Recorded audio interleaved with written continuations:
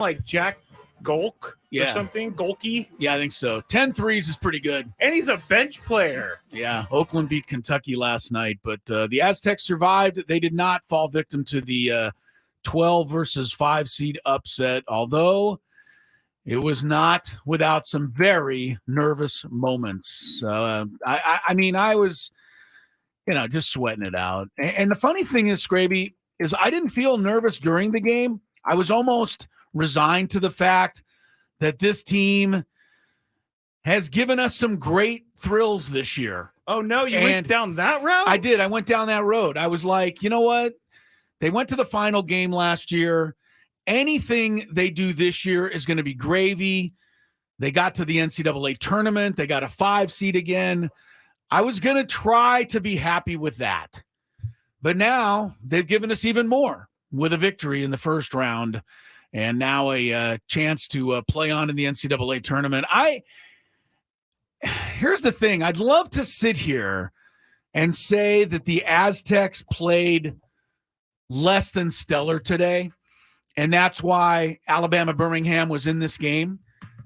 But I didn't think the Aztecs played less than stellar. I thought the Aztecs played great. I mean, honestly, could Jaden LeDee have played any better? No. 32 points, 8 rebounds, 11 of 18, three-pointer, 9 of 10 free throws. Every one of them was clutch. Had to have every one of them, and he made them all. Lamont Butler had the game of his life, and that's for a guy that hit a winning shot in a Final Four game. He was everywhere, and he got – you know what I got to say about the announcers? They were very complimentary of the Aztecs team. Well, Steve Smith understands defense. One of the color analysts. He's a Hall of Fame player. He understands defense. He played for Tom Izzo at Michigan State before he had a great NBA career. Lamont Butler dominated the game. And that's in a game in which Jaden LeDee had 32 points. But Lamont Butler dominated at both ends. They credit him for 4 steals. He probably knocked away 5 more balls. Yeah, he did. He had 4 assists. Everywhere. He had 3 rebounds. He had 15 points. He hit clutch free throws, and he's not a good free throw shooter. I thought Lamont Butler could not have played any better. And as far as everybody else, our guy Elijah Saunders hit a couple of big shots. He did, had a couple of big offensive rebounds. All I kept thinking when he hit those shots was winner. That's what I kept thinking. He's going to be a winner. Thanks to your thought-provoking question. Yes. Yeah, I mean, Reese Waters hit a couple. He was 2 for 8. They were making their shots. I even think they won the race to 10. They did. They won the race to 10. They were at 10 points first. In fact, they never trailed until the midway point of the second half, and they usually get way behind. But here's my thing on the Aztecs. This is just about how good they are, which is good enough. Yeah. I keep thinking that they're going to be better than this, and they're going to have a game where they're knocking in shots and they're, creating the kind of havoc. Winning by 20. That they could create last year and, knocking away shots at the rim. The Aztecs don't have a shot maker on this team. Now, what is a shot maker? In my mind, a shot maker is a guy that can create and get a shot and make a shot with a hand in his face. UAB had 2 or 3 of those guys. Yeah. The Aztecs had 0 and have 0. When is the last time an Aztec made an outside contested jumper? Outside of Jaden LeDee? Outside of Jaden LeDee, and most of his shots are in the paint. Can't think of one, Chris. No, they didn't make one today. They knocked in some open looks, which is, better than missing them. But this is just how good they are. And it's good enough. They're into the second round of the NCAA tournament. It's terrific. Brian Dutcher has done, I think an incredible job. You look at the other teams from the Final Four last year. Where are they? Miami didn't even make the tournament. I don't even think they got out of last place in the ACC. FAU busted my bracket. FAU's busted. They're out. They didn't get to the second round. Obviously, UConn is going to get to the second round, but they're UConn. But, I mean, for the Aztecs to come back from the unbelievable run they had last season and grit their teeth and find a way to get through this game today, I'm ecstatic about it. I can't sit here and say I think they need to play better against Auburn or Yale, and we'll keep you up to date on that game right now. Auburn leads 26-25 first half.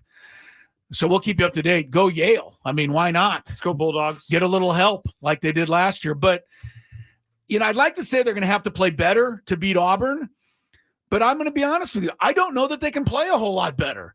They were disruptive on defense. They created 14 turnovers. They had 11 steals. They knocked the ball away. They handled UAB's 1-3-1 trap pretty well. Mm-hmm. They had some turnovers against it, but for the most part, they handled it well. Ledee was a monster. Butler was incredible. So I don't know that they can play a lot better than that. I'm surprised at this take in a good way, because when you walked in, and I was like, how are you doing? And you were like, well, I got lots to say, and that's all I was still coming off of this game. I mean, I realized how close of a call this was. It was very close. When the game was over, yes. I was like, wow, did we just survive that? Because in the first half, they wasted opportunities. Oh, my goodness. I have a message for Miles Bird. Uh-oh. And I really like this kid. He was on our show earlier this year. He's a young player. Miles, when you are on a fast break after a steal, or you are getting a pass at the end of a transition, you don't have to throw down a highlight reel dunk. Just lay the ball up and put it in. He lost the ball going up for one certain layup, and the second one, you could see him thinking about a dunk and then changing his mind and missed another layup. And you're right, Scraby. When things are going your way, you have to take advantage of it. The Aztecs should have led by a whole lot more than 6 points at halftime. They should have been up 15, but they shot themselves in the foot. That is the one area of concern if I'm Brian Dutcher going forward. When we have chances, when Butler knocks away a ball, we have to go down at the other end and make a wide open layup. Yeah. You got to convert that stuff. And that nearly cost them in the end because UAB got hot. Butter Johnson.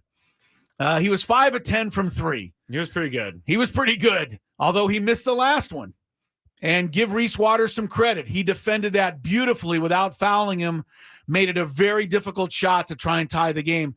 But Butter can shoot. Yes, he can. If we had Butter, we'd be going back to the Final Four. I think it's Chris. You got to say it with the emphasis. Butter. Yeah, Butter. Because if you like, he was Butter. He impressed me. A couple of those guys impressed, except for I don't remember the guy's name. The big guy. He got in foul trouble so early. Well, that's Jaden Ledee. Yeah, I mean, if he's a monster. If you haven't played against Jaden Ledee, you don't know. You can look at him on film, but you don't know what it's like until you get out there. That's what they said, yeah. The teams in the Mountain West Conference, they are aware of it. They know what to expect. The guy's name is Lendeberg. Yes, that's it. Their big center. Yeah, he fouled out in the end. So did Davis, their other post player. And their third post player, Coleman, had 4. That is all Jaden Ledee. It is. That's all Jaden Ledee. It's impossible to stop him going towards the hoop. It was an unbelievably great performance today. I don't know how many different ways you can say he turned in a spectacular performance other than to just keep saying that. I mean, the points, the rebounds, it was the effect on the game.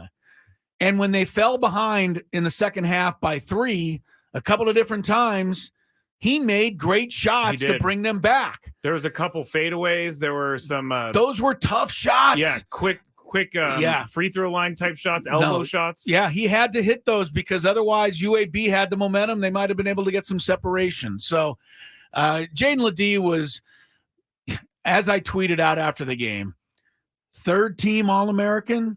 No. That was a first-team All-American performance. I'm sorry.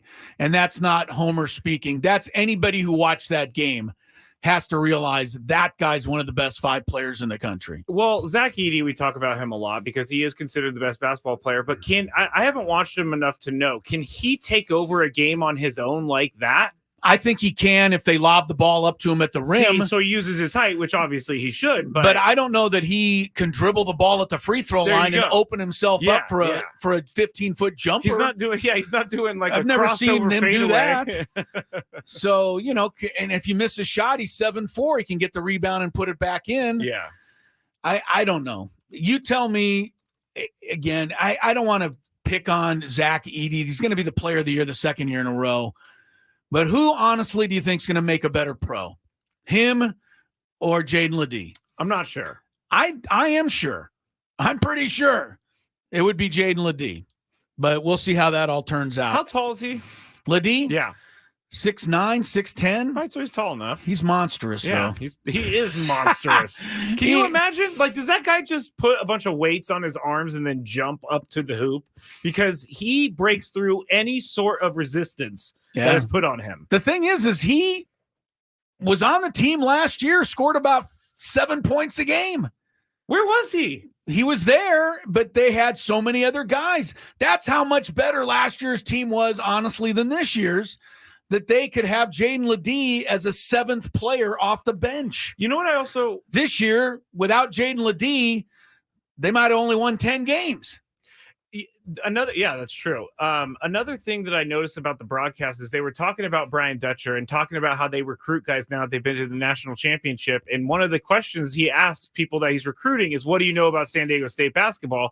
And he said before last year, 9 times out of 10, Kawhi Leonard was the answer. And now it's, you guys almost won the national championship. And so that's an amazing sales pitch. And now that they're being watched by everybody because they went to the national championship, this team's just going to get better, Chris. Well, the program is going to keep getting better. Yes. This year's team, again, they played, I thought, really well today. Can they get a little better on Sunday? They might have to. Yes. In order to beat a team like Auburn. But for now, I'm going to enjoy the win. Ted Leitner, who called the game today up in Spokane, good friend of this program, nice enough to get back to me today. He will come on the show in a couple of hours. We'll get Ted's take on the victory today. Also, Mark Ziegler, who is writing and was there, the great writer, of course, for the UT. He'll come on the show at some point. We're looking forward to that. We have a countdown. It's a Friday. We got a daily gambit. We got a Big Five. Big Five's going to be a little early today. Yes, it is. We're going to hit the Big Five here in about a half an hour, catch up with everything else that's going on in the sports world. When we come back, I'll give you a tournament scoreboard update. I don't know how your bracket's doing out there, but since we last spoke, mine has taken a lot of hits. It's hanging on by a thread. Mine has taken a lot of hits since the last time we spoke. We'll update the scores. Keep your bracket handy. The Aztecs 69, UAB 65. Survive and advance. More Gwynn and Chris coming up. Never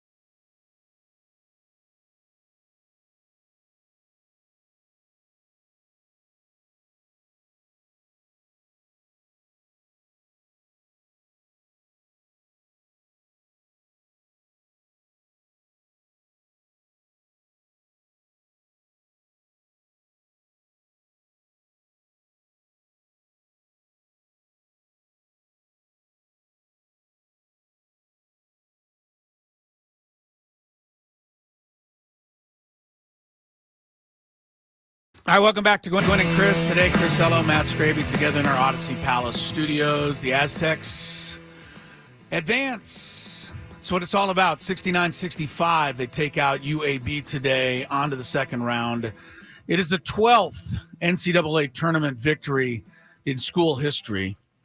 Just keep piling those up. Steve Fisher had 6. Now Brian Dutcher has 6. Awesome. Not bad. Not bad for those that are still like to be critical and say, you know, Dutcher just no Steve Fisher. Well, first of all, he is no Steve Fisher. Steve Fisher is such a spectacular, incredibly great human being that nobody's going to be Steve Fisher. But Brian Dutcher's been a pretty good facsimile. Facsimile? Yes. That's do you like that? I know. I've seen the word. Give me definition of facsimile. Word. Yes. It's a long word for the for a fax. Oh, it's for like a fax machine. But he's like him. Okay. He's facsimile. He's very similar to Steve Fisher. 6 wins for Dutch, 6 wins for Fish. Aztecs will play Sunday. Will they play Yale or will they play Auburn? Why not Yale? You know what I mean? Last year. It happened last year. Furman did the Aztecs a favor by knocking out Virginia. Right now, Auburn has a lead, but not by much, 36-32, 2.5 minutes to go in the first half. A couple of the games also in progress. UConn is about to finish it against Stetson. I guess Sean Paul's I thought about him today. scouting report of the great backcourt of Stetson didn't hold up today. No, UConn also has another incredibly tall guy. They're so good. They're good. Ridiculous. They're up by 40 with less than a minute to play. So count them as moving on. The Mountain West Conference. I'm going to have to call it the Mountain Worst. And that's my own it's my own conference. I know. But I mean, I can't defend it when every team in the Mountain West Conference other than the Aztecs gets boat raced. First it was Boise State, laid an egg. They got knocked out. Yesterday, Colorado State was awful. Abysmal. They were abysmal. Texas beat them easily. Nevada pulled one of the great choke jobs in tournament history. Did you see Ben Higgins' tweet? No. It's like, congratulations, Steve Wolford. You just basically that is one of the biggest chokes in NCAA history. It was. And now today, New Mexico. Oh, that's worse than abysmal. Chris. New Mexico was down to Clemson 32-14. And they have never gotten back in the game. There's less than a minute to play now. Clemson by 21. New Mexico doesn't even give it a shot. So the only teams left in the Mountain West Conference now are the Aztecs, thank you once again, and Utah State, which plays later against TCU. And they'll probably get crushed also. Well, let's not say that. I mean, the Mountain West, you know me, I try to defend them all the time. I'm sitting here going, look at the Mountain West. Look at us. We got all these great teams. You can't go in there to the NCAA tournament with 6 squads and have them all get wiped out. So, and especially your Mountain West tournament winner going to a tournament where they were on fire against the Aztecs, and they didn't even they didn't show up today. They didn't show up, and they had a full 5 days, 6 days to get ready. Yeah, it's over now. Clemson 77, New Mexico 56. There's one other game going right now. This is a really good game. Late in the first half, Florida leads Colorado 42-41. So you're updated on the scoreboard. Of course, last night, the big shocker, Oakland. And I'm thinking the people in the East Bay were thinking last night, wow, we won. Where is our school?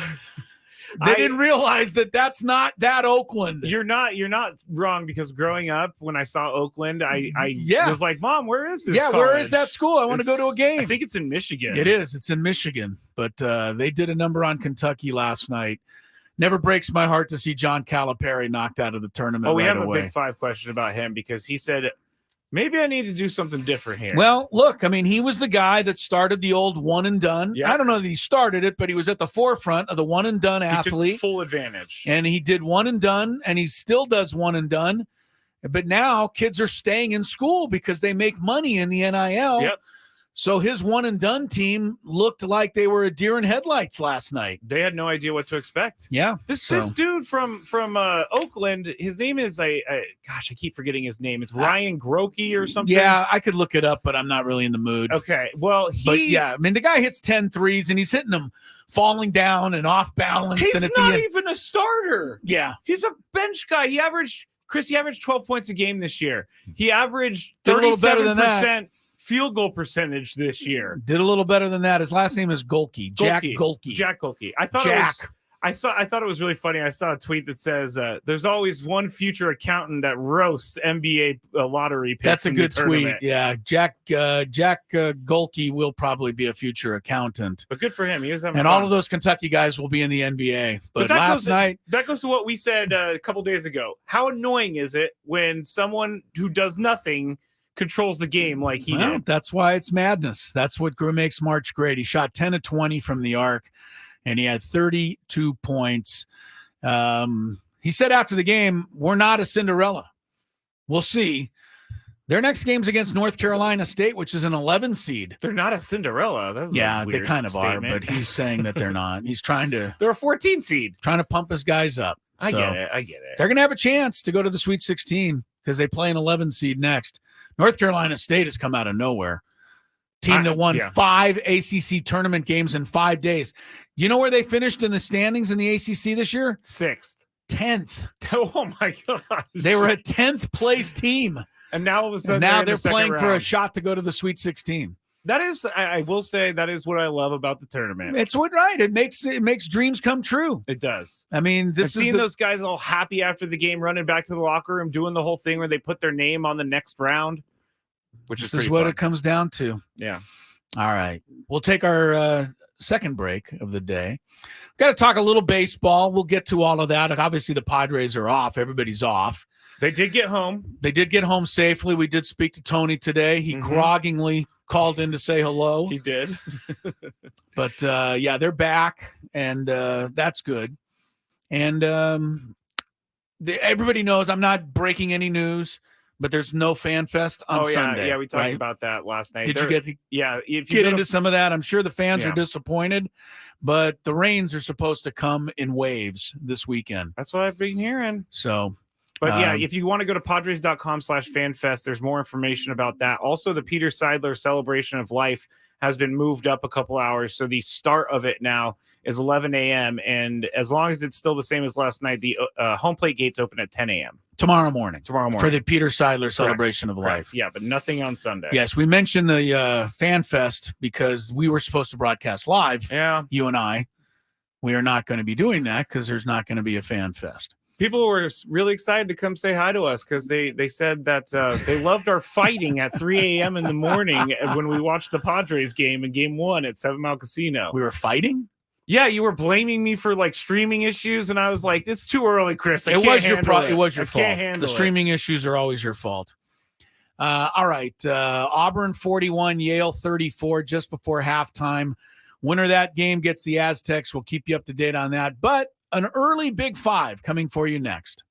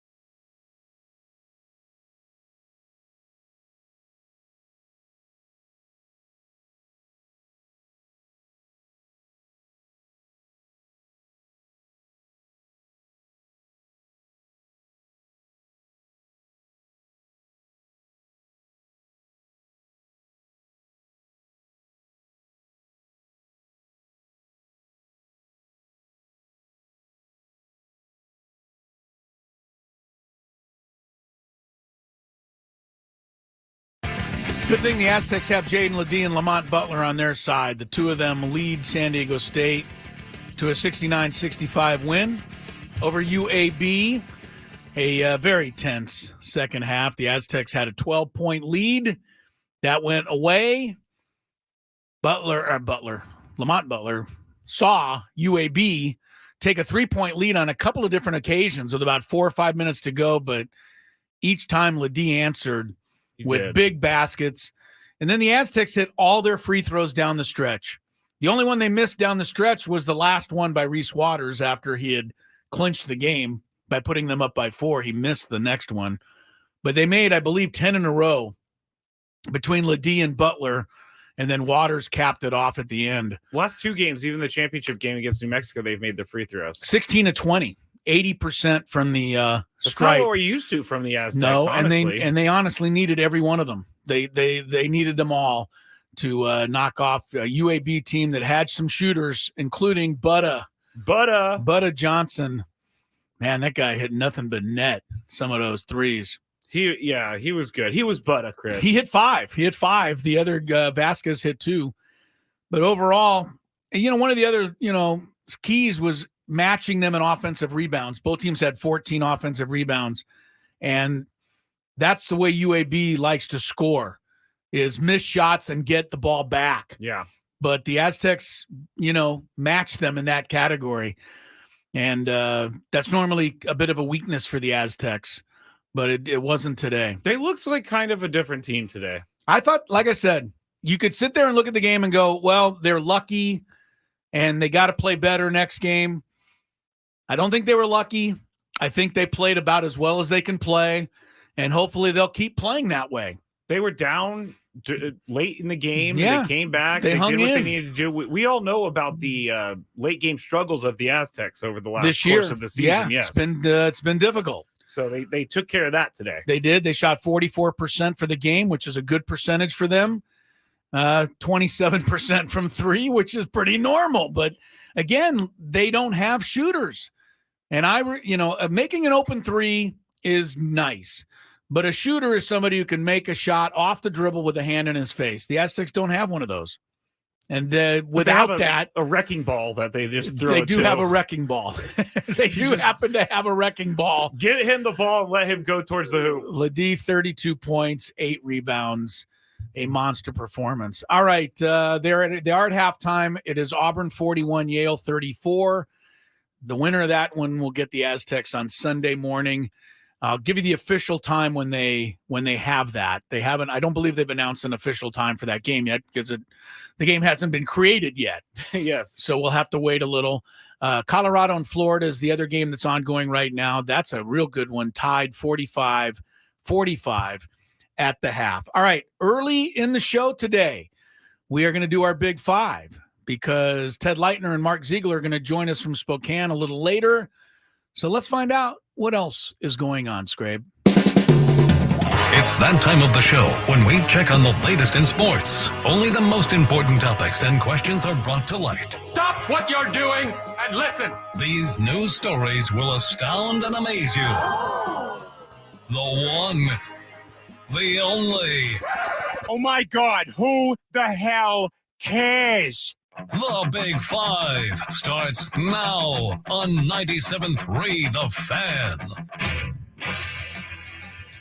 This hour on 97.3 The Fan is brought to you by Ashley Furniture. Celebrate and save at Ashley's anniversary sale with Hot Buys. Your choice of colors starting at just $399. Ashley sleep mattresses starting at $250. Plus, receive a free adjustable base with select mattress purchases only at Ashley. Now, one of the things about our show that is number 5 unique about other shows in town, Chris, is that we have a full-fledged referee on the show. That would be you. You are a basketball referee. We now go to our resident referee, Chris Sello.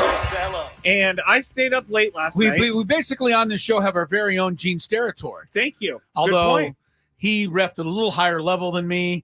Doesn't matter. He did the Final Four. He did the Super Bowl. A foul is a foul. Foul is a foul. A travel is a travel. That's Doesn't right. matter. Doesn't matter where you're reffing. Yeah, okay. Whatever level. But we do have you on the show. And I waited up last night to see the end of the Kansas Samford game. Yeah, Samford made a great comeback with a ton of three-pointers. I think they made 16 threes, Samford did. Oh, I didn't realize it was that. Oh, yeah. They were burying them. That is crazy. I would like to speed up the end of the game a little bit. It took almost 35 minutes. I told you. 2 minutes. I told you, DVR, Scraby. You don't have to sit there.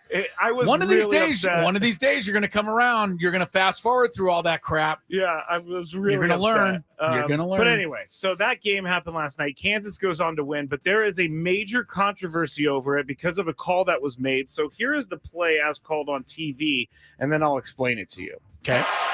And then it's going to come down. Are they going to knock down their free throws? 90-89.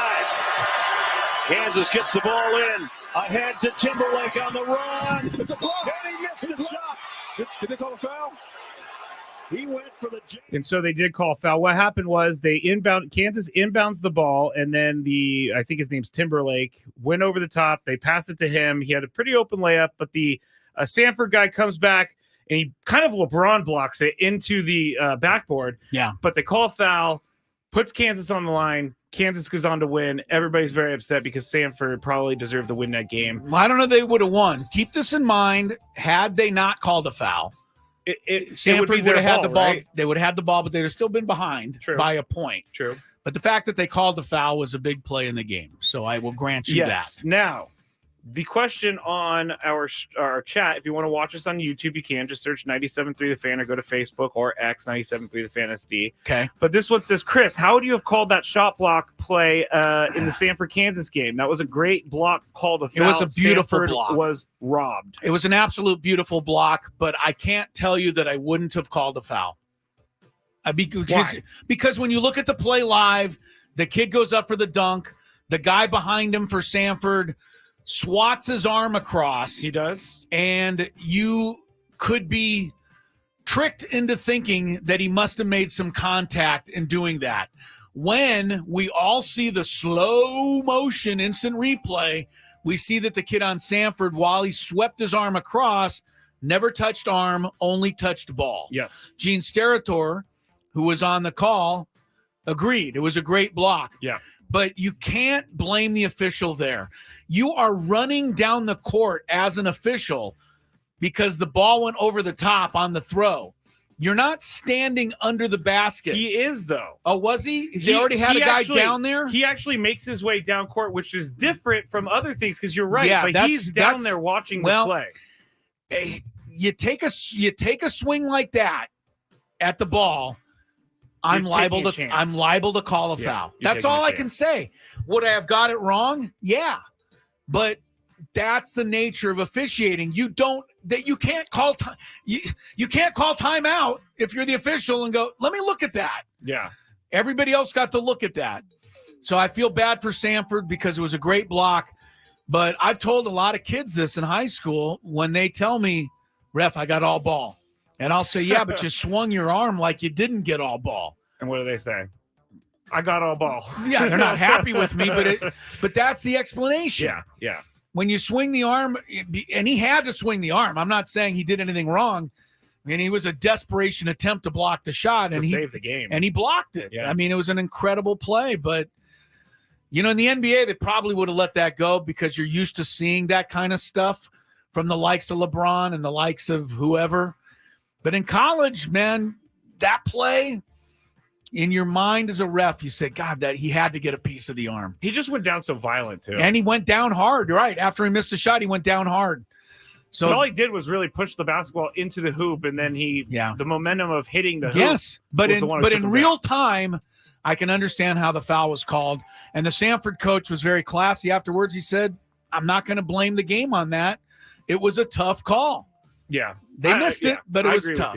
It's you can't leave a play that close to decide your game if you're really going to come down to that. There's plenty of other plays. Don't let the guy beat you down the floor in the first place. Good point. But it was an incredible block. Oh, yeah. Too bad for Samford. I mean, that would have been another great upset last night.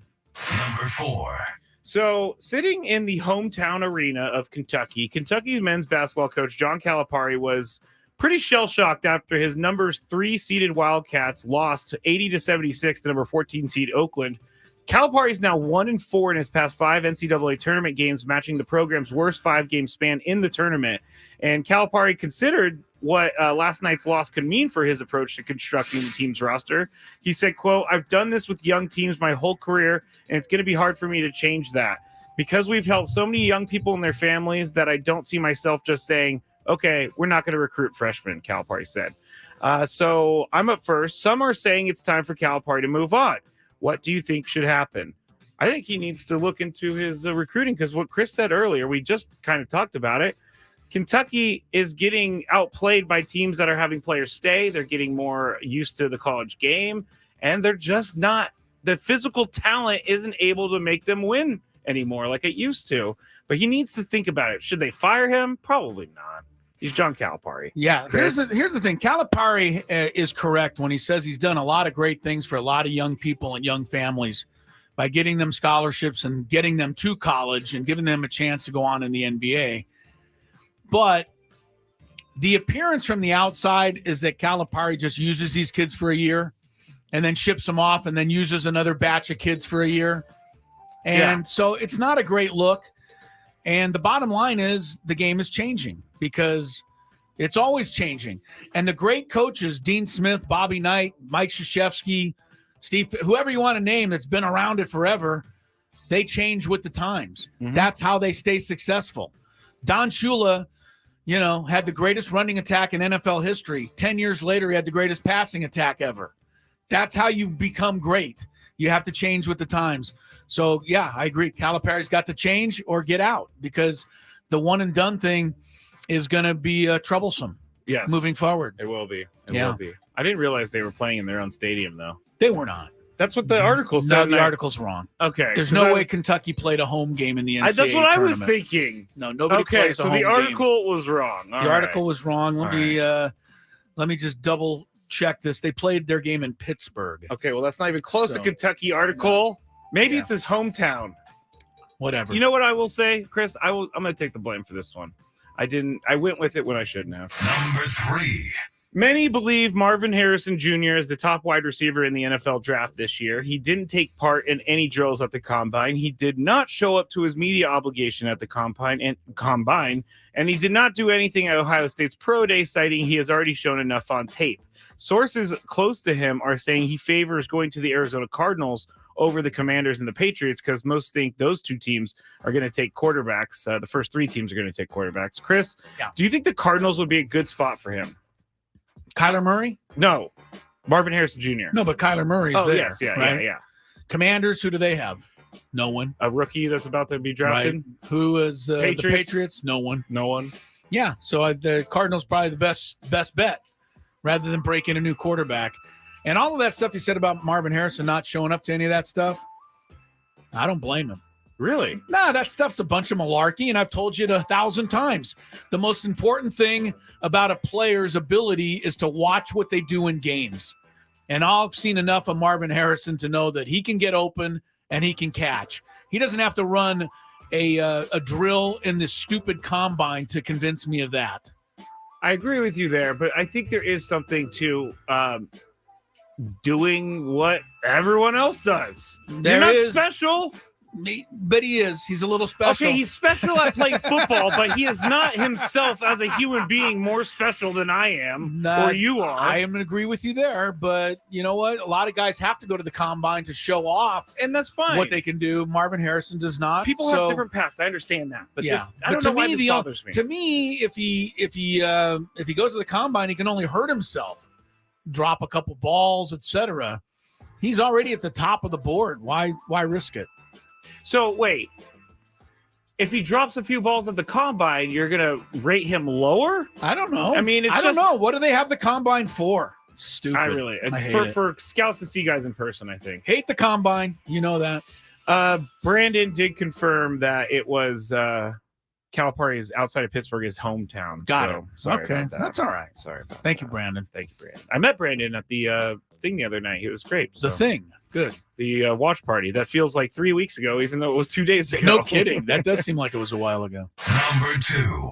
Jackson Holliday, the 20-year-old phenom, Orioles top prospect, is not going to be starting the season with the big league club, the Orioles announced. Holliday made a strong case to make the major league roster this spring, going 6 for 14 with 2 homers, 6 RBIs, and 2 steals in Grapefruit League action.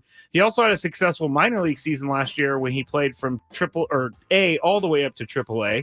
So I'm up first. Are you surprised he won't be making the opening day roster? I am surprised with all the guys that are making their debuts and the hype around him. I figured they would want him up on the big league team, but I kind of like what they're doing. Make sure he's really, really, really ready for this. And we've seen it before. We've talked about it before. Guys go up, lose confidence, and it hurts them in the long run. So Jackson Holliday, I said something on the Scraby Show 2 weeks ago about him being a little bit disappointing this spring, and I take it back, Chris. Yeah, he was really good this spring. But here's the thing. The Orioles have a guy named Jordan Westberg who plays third base, also can play second base. They have Jorge Mateo. They have Colton Wong, the former, solid big league second baseman who's, a little on in his career. But so my point is they have options here. And the only thing about bringing about Jackson Holliday for opening day is that there's going to be a circus around him. True. An absolute circus. That's a good point. Now, you will have some circus when you bring him up, but not the same as opening day. That's a good point. So, yeah, let him relax for a month or so, whatever it is. Get his swing in order. Yeah, all in good time. How old is he? 12? 20. Yeah, well, remember when Alden Gonzalez... I'm sorry, but Alden Gonzalez said he looked 12. So I'm going with that. No, he did. What I'm saying is Alden Gonzalez said he looks 12, but he plays like he's 25. Yeah, no, he's got plenty of time. Yeah. I think it's a smart move by the Orioles, and they have other options. And if they start losing, they can bring them up earlier if they really want to. Sure. But they're probably going to be pretty good this year. Number 1. All right. So a professor from Duquesne University is going viral after he canceled class for his students. Where is he at? Duquesne or Duquesne? It's not Duquesne. Come on. Duquesne. A professor from Duquesne. They're my new second favorite team after University. They beat BYU. Is going viral again after he canceled class for his students following the big win in the NCAA tournament. Professor Robert Healy III. I guess if you're a professor, you have to be the third. Yeah. He shared his Robert Healy. And you never go by the name of Bob. No, when you're a professor. You say Bob, ooh, you got to be Robert. You can get punched in the face. Got to be Robert. He shared his message to his students on social media with the subject line of, quote, class canceled due to March Madness. That's what he kind of sounded like Hannibal Lecter, apparently. Right. And saying, go celebrate, I'll figure it out. So long story short, Chris, what is one event that you would have to take the day off of work the next day for? Outside of the NCAA or outside the Aztecs winning it all. Oh, so you're telling me something good happens in sports and I am so excited that I take the next day off? Correct. You know what I'm going to answer here, and you're not going to like it. Can't be Aztecs. No, it's not going to be anything. I show up. I post. Don't tell me I don't post. I'm not telling you that. I travel late night all the time. I know. Get home in the middle of the night. I post. You do. There's nothing. There's nothing. Maybe the birth of a child, but I don't have a birth of a child, so. Maybe we should make that happen. Maybe you might want to get Lori in on this. Yeah, that would help. No, I think that is maybe something, but there's no sporting event. I love coming in and talking about sports after whatever happens. I think that's where it's different. Is that I got to go and say I'm going to post. Sorry. I think that's where it's different for us because our job is to talk about those things. I had thumb surgery and you guys wouldn't let me come in. Yeah, because it's crazy. But I wanted to come in. You were all hopped up on Vicodin. I was ready to come in, baby, and be my best Rob Manfred. That's what he was doing. He was like, guys, what's up? What are we doing now? I just had my thumb surgery. For me, I post as well. You do. You're a poster. I'm a poster, but I would have to say, no, I think even if the 49ers won the Super Bowl, I think my best place to be would be here. If the 49ers won the Super Bowl, I would root for you to stay away because so I didn't have to put up with you. Exactly. Yeah. If you have any things that you guys would miss it for on the chat, but I get what this professor's doing. It's a big deal for the school. Of course. It's not the end of the world. Of course. Enough guys are going to miss class on their own. I didn't go to class anyway, so yeah. Maybe that's why I went to 5. I was going to say I never had a professor cancel one of my classes because I wasn't paying attention enough to know that he might have canceled one of my classes. Chris, I'm not kidding you. I went to when I was a little bit too much of a partier. Right. I never went to class, but the only days I went to class were the days that the class wasn't being held. So You showed up when there was no class. and there's no class. Yeah. Brutal. All right. Brutal. Good Big Five. Good. Thanks. Good Big Five. There was one other quick note on the NCAA tournament. We have a second here. Okay. Or are we at the top? No, go for it. Mark Few was ticked off last night, and he had every right to be. Gonzaga played their game last night, and I want to look to see where they were actually playing before I go off on. Okay, they were in Salt Lake City, and they were blowing out whoever it was, McNeese. Yes. But during the second half of that game, on the big scoreboard overhead, they were showing live coverage of the Oakland, Kentucky game. People were cheering for Oakland in the Salt Lake Arena while they were you know what I mean? Because they were watching. No, they're not even in the same bracket. That makes no sense. Neither Oakland nor Kentucky is in Salt Lake City. Because it was a good game, they thought they would show the fans this. It was completely taking away from the experience for the Gonzaga and McNeese players. Yeah, that's very bad move, NCAA, and very weird. correct Mark Few to be upset about it. That is a weird move. Why try to? I mean, you're at a game. You're watching a game. If you wanted to see the Oakland, Kentucky game, watch it on your phone or go elsewhere. Seriously. But don't put it on the scoreboard. Bad move. Weird. All right, Daily Gambit next. We'll update you on NCAA tournament games. Here comes Yale.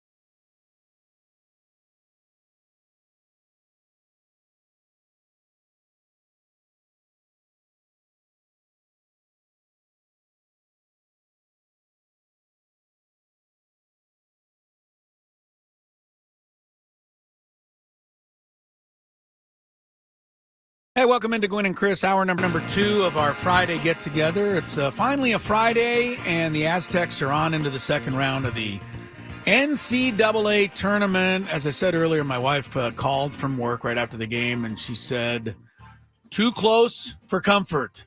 Mm-hmm. She knew that I was probably going absolutely crazy in the front room watching the end of that game, and I was.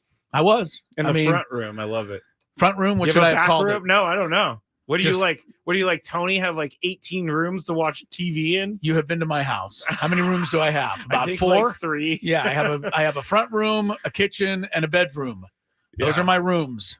So, but I was sweating it out a little bit. I think all Aztec fans were, but they prevailed in the end. Anytime you tell me that the Aztecs have to make 9 or 10 straight free throws down the stretch to clinch a game, it's nervous. It's pretty nerve-wracking, but they made them. Jaden Ledee mostly. Lamont Butler hit a couple of big ones. The Aztecs led by 12 in the second half, but could they make it easy on us? No, of course not. They had to go into one of their famous slumps where they didn't make a basket for about a half an hour. UAB came back. Butta Johnson shooting the lights out for UAB. His name is Butta. Yep. He hit 5 threes, put them ahead. They were actually up by 3 a couple of different times, UAB. They were. But every time they got up, Ledee answered with a difficult shot at the other end. And then they hit some free throws and got some stops to win the ball game 69-65. So next up for the Aztecs, will it be Yale or Auburn? That is still very much to be determined. We have 15 minutes, 39 seconds to go in that game. Yale just took a brief lead. Now Auburn has hit 2 free throws, and it is Auburn 45, Yale 44. Like I said, it's a good game. Like I said last year when Furman knocked out Virginia, I'm not proud. I don't care who the Aztecs have to beat to advance. You know what I'm saying? Yeah, of course. They got a lot of things fall their way last year. Furman beat Virginia. Arizona got knocked out early. They ended up having to play Creighton instead of them. Florida Atlantic was in Purdue's spot. Yep. I mean, they got some lucky breaks. Yeah. But does anybody go back to last year and go, the only reason we made the final is because they got lucky? No. You look back on last year and say it was the greatest thing you've ever seen. Lucky breaks are supposed to happen to the teams that go far in the tournament. You can't can't go far if you don't get lucky breaks. Part of it. It's a little part of it. But anyway, Yale and Auburn right now, we'll keep an eye on that. The other game is really good, too. 14 minutes left. Colorado 59, Florida 58. So there's 2 really good games going right now. There's the only 2 in the bracket. By the way, Scrabe, what? Quick bracket update. You are very, very good so far. 16-6. You are leading along with who else? My wife at 16-6. She's remarkable at this. Yes. I'm 14-8. So you got a 2-game lead over me right now. It's early. It's early in the bracket. You know what's going to help me everybody took Kentucky, right? Well, I took them far. Oh, you did. Yeah, that may hurt you. But the only thing that's going to save me is if Dayton keeps winning. Because if Dayton keeps winning, I'm scoring points that nobody else is scoring. Yeah. Good call. Yeah. Well, the bracket, like I said, when I left here yesterday, I was feeling pretty good. I was like 10-2 or something. But my bracket's taken a lot of hits. It makes me since yesterday. It makes me feel weird when I look at my bracket and then there's one quadrant that has all green on it, and then there's another quadrant that just looks like a big red mess because I've gotten every game wrong. Yeah, I use a yellow highlighter to put my team when they advance. Okay. A lot of yellow yesterday morning. I haven't used the highlighter much since then. Let me see. It's a little light. Oh, okay. It's a little light. Hey, it looks better than the red, let me tell you. All right. We got winners. We got losers. Mostly losers when it comes to the Daily Gambit today. We'll fill you in right now. Do you like money? I think about money a lot. Do you like money without doing anything? Winning. Do you want to make money while watching sports? I think Washington is immortal luck. Washington! Woohoo! If you answered yes, this is your segment. Just don't blame us when you lose. Nothing is ever your fault. It's your game. Take it. Gwynn and Chris go through the top bets of the day in The Daily Gambit on 97.3 The Fan. Daily Gambit is our daily sports betting segment here on Gwynn and Chris. Please, everybody, gamble responsibly. Got to let you know about this before we get into it, but you can join 97.3 The Fan on Thursday, March 28th for the Padres home opener versus the San Francisco Giants. We'll be broadcasting live from Baja Rick's Cantina, located on the corner of 6th and L in the Gas Lamp. Festivities kick off at 6 a.m. with Ben Woods, followed by Annie and Elston from 10 a.m. to noon. We'll be giving away tickets to the Padres-Cardinals game on April 2nd. Plus, there will be Blue Moon, Coors Light, and Topo Chico specials and breakfast served from 6 to 10 a.m. That's Thursday, March 28th at Baja Rick's Cantina on the corner of 6th and L in the Gas Lamp, brought to you by Blue Moon. Celebrate responsibly. On the chat, Chris, we had Sandy said these 3 a.m. games this week have made it feel like it's been Friday the past 3 days. Absolutely true. Well, I'm struggling. I told you when the week started, everybody. I'm struggling. I told everybody, if you didn't listen to me, it's on you. I told everybody at the beginning of the week, take Wednesday, Thursday, and Friday off this week. You're right. We should you had have Padres, and today you had Aztecs. You should not be working. I should have called in sick yesterday because I was so incredibly tired. Yeah. I hate But you post. I do, but I don't know how great I was. Yesterday, I went 0 for 5 with 4 strikeouts, and we'll see where today goes. There's another game. Yes, there's always another game. All right, Daily Gambit. Let's go to the bets that we made yesterday, and we started with Texas and Colorado State. Texas were 3-point favorites in this game, and they won. Texas won 56-44. Yeah. So we got those wrong. I'm never betting on a Mountain West team in the tournament again, except for the Aztecs. Yeah, they're the only. Well, they didn't even cover too. No, that's true. True. Yeah. Kansas minus 7.5 last night against Stanford. We talked about this. Kansas won, but they did not cover, so we get this one wrong again, and because they won 93-89, and weren't even close. SDSU minus 7 over UAB. Chris chose the Aztecs. I chose the Aztecs. Aztecs win by 4, but do not cover. Yeah, another loss. Yeah. I mean, it's just loss today. I think this is my only win of the day, but it's UAB scoring 10 points first, or who scores 10 points first in the game. You said UAB, I said Aztecs, and I got it right because the Aztecs did. The Aztecs got to 10 first, and, that's been a big problem for them, is trailing early in the game by wide margins. That did not happen today. They were ahead throughout the first half.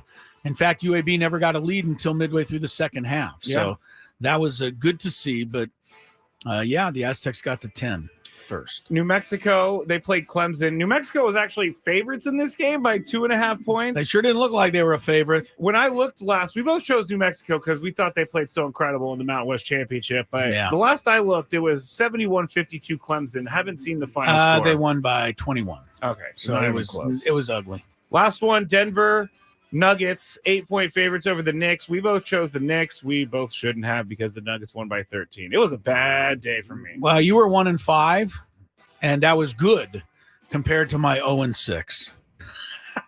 I'd like to see somebody try to get them all wrong. Not that easy. It's not easy to get those wrong. I went 0-6, and I had been having a great week. I was 11-4 going into yesterday. Well, now I'm 11-10.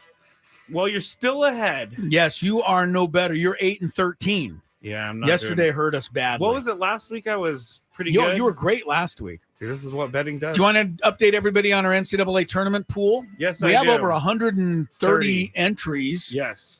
You've got 16 points so far, as we just mentioned a little bit ago. I have 14. Who is leading the pool right now? And by I'm the sure way, it's neither you or I. I have received many messages about the name of the pool, which is Gwynn and Chris Bracket Challenge. Yes, I know there's an E at the end of challenge, but what happened was... You didn't spell it right? No, what happened was there's a character limit, and I didn't check it, and so I saved it, and it's challenge without the E, and so people are having So fun everybody's with that. giving you a hard time. All right, so right now we have 5 teams in first. We have Rigo, Johnny, Dan, Valerie, and John. They all have 19 points. 19? Guess who's at the top of the second place? Adam Klug. 18 points. Anita, 18 points. Clint, Right. 18 points. Basically, Pretty good. yeah. That's good picking out there. I'm not even on the. You're 16. I'm 14, but All right. 19 out Yeah. of 22 is very, very good. Very good. Let me see what they did for their champion. They did the leader did Connecticut. Okay. So we'll keep an eye. Most smart people did. All right, here are our picks for today. Let's see if we can turn things around. A little later this afternoon, our friends, the Alabama Crimson Tide, NATO's taking on Charleston in the first round. I hear this could be a barn burner. It's a 4-13 matchup. Of course, Charleston gave the Aztecs a very tough time last year. Alabama scores a ton of points, like 100 per game. Alabama's favored by 9. You know I'm taking Charleston here. Alabama's going to have memories of the Sweet 16. I think so. And they're going to get nervous, and Charleston's going to whoop them. Oh, that's where you're going. I was going to say that they're going to avenge the Sweet 16. No, they're not avenging anything. I think Alabama. You're going to take them. It hasn't. I know that some of the lower seeds have won, but it hasn't been so It hasn't far been chaos. too lower seed heavy. Hasn't been chaos yet. Also later today, TCU -4 against Utah State. I don't know how you pick a team in the Mountain West Conference now. I know. Are you giving the TCU Braden Soprano sign? I always do it wrong. But You yes, love it's that. supposed Yeah, to you the don't do it frog. right. You're first. I mean, TCU. the Utah State is holding the dwindling flag of the Mountain West Conference. Only 2 teams are left, the Aztecs and them. I'm going to keep my pride in the Mountain West. So I'm going to You're going to go State. Utah State? Yeah. God, I think Utah State is – I think they're not very good. They won the regular season. They're going down. TCU Okay. will beat them handily. So you're a Horned Frog. The Mountain West will be down to 1 team after the first round this year. That'll be us. Saving the day again. Again. Later tonight, good game here. St. Mary's 6.5 over Grand Canyon. We had our buddy Sean Paul from the Field of 68. He was really high on Grand Canyon. Any Aztec fan will tell you that Grand Canyon is really good. They got some athletes. Mm-hmm. St. Mary's 6.5-point favorite. I need St. Mary's in my bracket, but since when did that ever stop me from losing? I'll take Grand Canyon here. Plus Grand 6.5. Canyon That's a lot of University. points for them, I think. There you go. Who do you like? I was going to say Grand Canyon, but isn't a lot of their success because they have one of the best home courts? They do. They have a great home court advantage there. Their fans are crazy. Rabid. Yeah, crazy. I'll go St. Mary's. All right, take the Gales. The Gales, yes. You're a Bay Area guy. Women's game tomorrow. The women's tournament is underway. We haven't talked a lot about it yet. Defending champion LSU opened with a victory over Rice. Just went final a little bit ago. It's funny. I heard somebody mention this the other day. Men's tournament, coming into the tournament, everyone knows Zach Edey. We know Jaden Ledee, but who else does anybody really know? Not many. Women's tournament, Caitlin Clark, Angel Reese, Juju Watkins. A lot. Right? Paige Beckers. Yeah. The bigger stars are actually in the women's tournament. That's true. I didn't think about it like that. Great for women's basketball. It is. Opening round game tomorrow. Creighton is a 2.5-point favorite over the Mountain West champion, UNLV. UNLV is a 10 seed despite a 30-2 record and complete dominance over the last 2 years. Am I first? You're first. I'm going to have to say UNLV. There's something strange about UNLV's seeding, so I'm going to say They're a 10 seed. they're going to win. Again, I have to root for the Mountain West because it's good for the Aztecs. I'm not really a big fan of that UNLV team, but I am a fan of how good they are. Yeah. And I think they can win a game this year, so I'll take them also. One more in the men's tonight. I put this in, or no, for tomorrow. Okay. It's a second round game, not tonight. Second round game tomorrow. I put this in for you. Arizona 9.5 over Dayton. Your Dayton Flyers. I'm impressed with Dayton. I mean, you're down 17 and you come back like that. You got to feel like maybe it's your year. Arizona can be so good, but so maddening. Yes. At times. I'm going to take Dayton. Wow. I know you're taking Dayton. Yeah, because Arizona every single year screws me. There you go. Dayton. That was a little harsh, but Why? okay. They do. Every year I pick them to go far thinking, oh, this was going to be Arizona's year, and then they are out in the first maybe round. this will be the year that they go far now that you've Picked against them? picked Yes, against them. probably. Lakers 7.5 over Sixers tonight at We got one more. the Crypto. Lakers 7.5 over the Sixers. Yes. Lakers? Yes. Sixers are so bad. Sixers are bad. I'll take them in a surprise. Philadelphia. All right. Take the points there. Update scoreboard, 11.5 to play. Colorado 68, Florida 63. Update scoreboard, Auburn 55, Yale 48. So Auburn's gone back up by 7, 11 minutes to go. In that game, former Aztec Chad Baker-Mazara, played with the Aztecs, now plays with Auburn, was ejected for a flagrant 2 foul. He threw an elbow in the first half. All right. I don't know if that means that he would be ineligible to play in the game Sunday if they get there. Yeah. But when you're ejected for a flagrant 2 foul, you're out of this game. Yes. But will he be out for another game? Like targeting where maybe you sit out the first half. I don't think that would be the case. That'll be interesting to see. He averages 10 points a game. We remember him here. He's a good player, but he got the flagrant 2 for an elbow out of that game. By the way, when I was trying to figure out the name of the 3-point shooter for the Aztecs? From a few years ago? Yes. You said Max somebody, and I'm like, who's that? It hit me on the way home from work. Max Montana. Remember Max Montana? He made a ton of threes. I don't remember him. You don't remember him? For the Aztecs? Yeah, he was with like Malik Pope and Trey Kell and that. Max Montana. Yes. Wow. I think he shot a ton of threes. All right. I'll have to check in with Ted Leitner when we have him on the show a little later. Mark Ziegler will also join us from Spokane, so we'll have complete coverage of the Aztecs win a little later in the show. More Gwynn and Chris follows after traffic. From the night.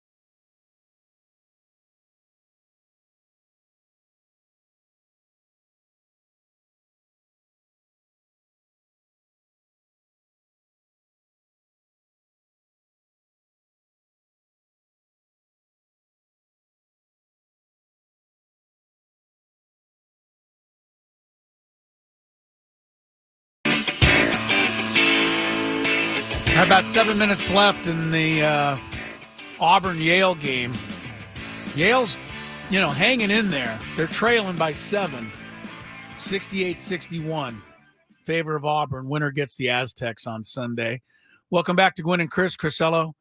Mr. Scraby, 97.3 The Fan. Tony Gwynn Jr. idle today after making the trip home from South Korea with the Padres yesterday. The other game in progress, Colorado 79, Florida 72, about 7 minutes ago in that game. So keep an eye on your brackets. We'll keep an eye on them for you. Those are the two games that are in progress at this hour. At this hour, yes. At this hour. We got a couple of baseball stories to share with you. Because after all, I'm getting into the mood. Somebody bring me over some Cracker Jacks. I'll give you a hot dog. I'll tell you one thing, I won't eat the Cracker Jacks. I haven't eaten a Cracker Jack probably in 45 years. Has anyone eaten a Cracker Jack really? in 45 I know, years? it's a big deal, but I just don't even like them. Sorry, Cracker Jack, if you're out there. Like, honestly. I really don't like them. Here's a Do couple they have a prize in the bottom of it? Yeah. Okay. Yeah. I mean, it's been a while since I've eaten one of those. Maybe I should go get some. We'll eat some next week. I'm not eating one because I know my stomach will go in disrepair. A couple of Major League Baseball notes. We got one on Juan Soto that you may find interesting in a second. First, Eduardo Rodriguez, big free agent signing by the Arizona Diamondbacks. Will have to wait to make his debut. He has a lat strain. I know that you love stuff like that. Like, to you, a lat strain is like nothing. You should just keep playing. Until I have a lat strain and then I can't get out of bed. But he's got a lat strain. He's going to open the season on the injured list. Rodriguez was real good last year. 13-9 for the Tigers, 3.30. So that's a big-time left-hander the Diamondbacks will not have at the beginning of the season. We told you Jackson Holliday has been sent down by the Orioles. He'll open the season in the minor leagues. Holliday did all right this spring, but Orioles want to take their time with this future star. Astros starter Justin Verlander going to throw BP next week. Oh. 41 years old. The Astros are going to regret giving him all that money, right? You and I are in agreement on that. I think so. I mean, he's breaking down. I mean, it's pretty obvious. Yeah. I don't want the guy to break down. He just is. Did the Astros give him the money or did the Mets give him the money and the Astros took the contract? Took him, yeah. That could be it. I think that's even worse. A couple of other prospects. I'm hearing unbelievable things about Wyatt Langford of the Texas Rangers. I've heard some things too. Yeah, he's apparently going to just be a great slugger. Grand slams, 5 home runs this spring. He is going to make the opening day roster, as is Jackson Chourio of the Milwaukee Brewers. Chourio is very similar to Jackson Merrill of the Padres, except he's they're both center fielders, and they're both rookies, and they're both going to be starting an opening day. All right. Chourio is 20 years old. How old is Jackson Merrill? 20 years old.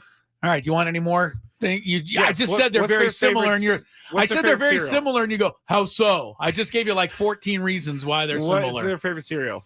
Captain Crunch, of course, just like everybody else. I'll buy it. All right. So there's a couple of quick notes. The other one is on Juan Soto. I'll let Scraby deliver this news about the former Padre, now Yankee diva. Yeah, that's right. I said it. Diva. I don't know what to make of this. Scraby doesn't like this stuff. But I also have learned more. I'll present both things. If Tony was here, he would get mad at me for saying diva, and he would get mad at you for reading the story the way you're going to read it. But since he's probably right. But he's probably right. But since he's not here, we can both pretend that Juan Soto is a diva. All right. So Yankees reporter Brian Hawk, not the Mike Hawk that was on Twitter a couple years ago, but this guy actually does report for the Yankees. He said Juan Soto. Okay, let me start this over. The Yankees are going to Mexico City to play 2 exhibition games on Sunday and Monday. Okay. Juan Soto is not making the trip to Mexico City. Aaron Boone said that Soto will remain behind in Tampa to continue working on his swing. Also, they said the Yankees roster for Mexico City hasn't been finalized because players keep, quote unquote, dropping off, according to Aaron Boone. Biggest names remaining: Giancarlo Stanton, Verdugo, Trevino, and Volpe. I don't care about any of those guys. Let's get back to Juan Soto. He's not going He's on not the going trip to work on his swing. because he has to work on his swing. Which- now, with all due diva respect to Juan Soto, are you going to tell me that you can't work on your swing with the team in Mexico? I think you can. Is it against the law to swing a bat down there? I think that he actually should be working with the team, unless the hitting coach is staying back, unless all Really? the major league guys are I staying don't back. get that. I don't get that. But then again, Juan Soto does his own thing, He does. and that's why I'm calling him a diva. I don't think that I think that he thinks, and I'm putting words into his mouth, but I think he thinks he's going to get $500 million, no questions asked. There's not going to be even anyone blinking at that ask. But I think there's going to be some teams that aren't going to do that. Well, he's getting this money right now with the Yankees. He is regarded as the greatest player in the history of the sport. But I don't believe he's anywhere close to being a great teammate. And I agree with you, Scraby. I'm old school. Your team's going to Mexico City. You go to Mexico City. Yeah. You don't get to Team stay building, home. remember? You don't get to stay home and work on your swing, which is clearly, even Tony would agree, it's clearly something you can do while you're in Mexico City. Yeah. Like, you don't need the surroundings of Tampa in order to work on your swing. And what is he That's going to do? Silly. Pick up a bat and swing like 3 times? It's kind of silly. No, I'm just kidding. I know that he's working. No, I know but it's a big deal, but you're right. The coaches will most likely be in Mexico City. So how's he going to work on his swing when he's not there? Oh, Brandon has a really great point on the chat. If you want to watch this, just search 97.3 The Fan on YouTube. After the offense, the Padres put him in Mexico City last year. I can't think of a better place to work on his swing. That's a good point. Very good, Brandon. I mean, if he's hitting home runs, it's going to make his swing even better. Everybody knows the place I'm coming from here. I'm not a Juan Soto fan. So I'm always looking for stuff to back my point. I'm not as and this is going to back my point. I'm not So, as serious about it as you, but I do think this stuff is like, why? What? And maybe there's more that we don't know, and that could be the truth. But could be. on surface level, is weird. 5:14 left. Auburn by 6 over Yale. Still a chance for Yale to pull it out. Colorado 8 points up on Florida. 7 minutes to go there. We're taking a quick timeout. When we come back, we have our countdown. That kind of jumped up on me, Scraby. I don't really. You know what? I'm Tony prepared right now for the countdown.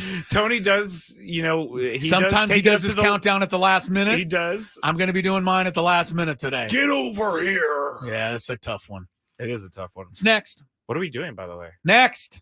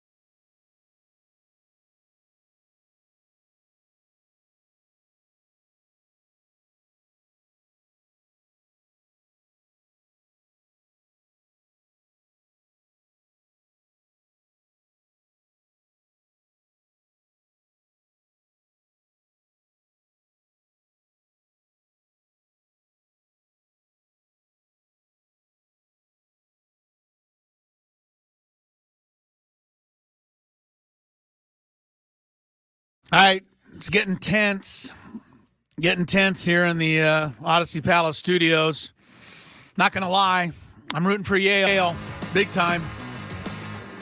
Like I said earlier, if the Aztecs are to have to play on Sunday, which they are, I'd rather draw the 13th seed Yale than a really talented Auburn.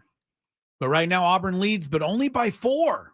Yeah, Auburn looks good, though. They do. That's what I'm saying. So I'd love to see Yale pull this out. 70-66 Auburn, 3:29 to play. We will certainly keep you up to date. Meanwhile, Colorado has opened up a little breathing room on Florida, 94-84.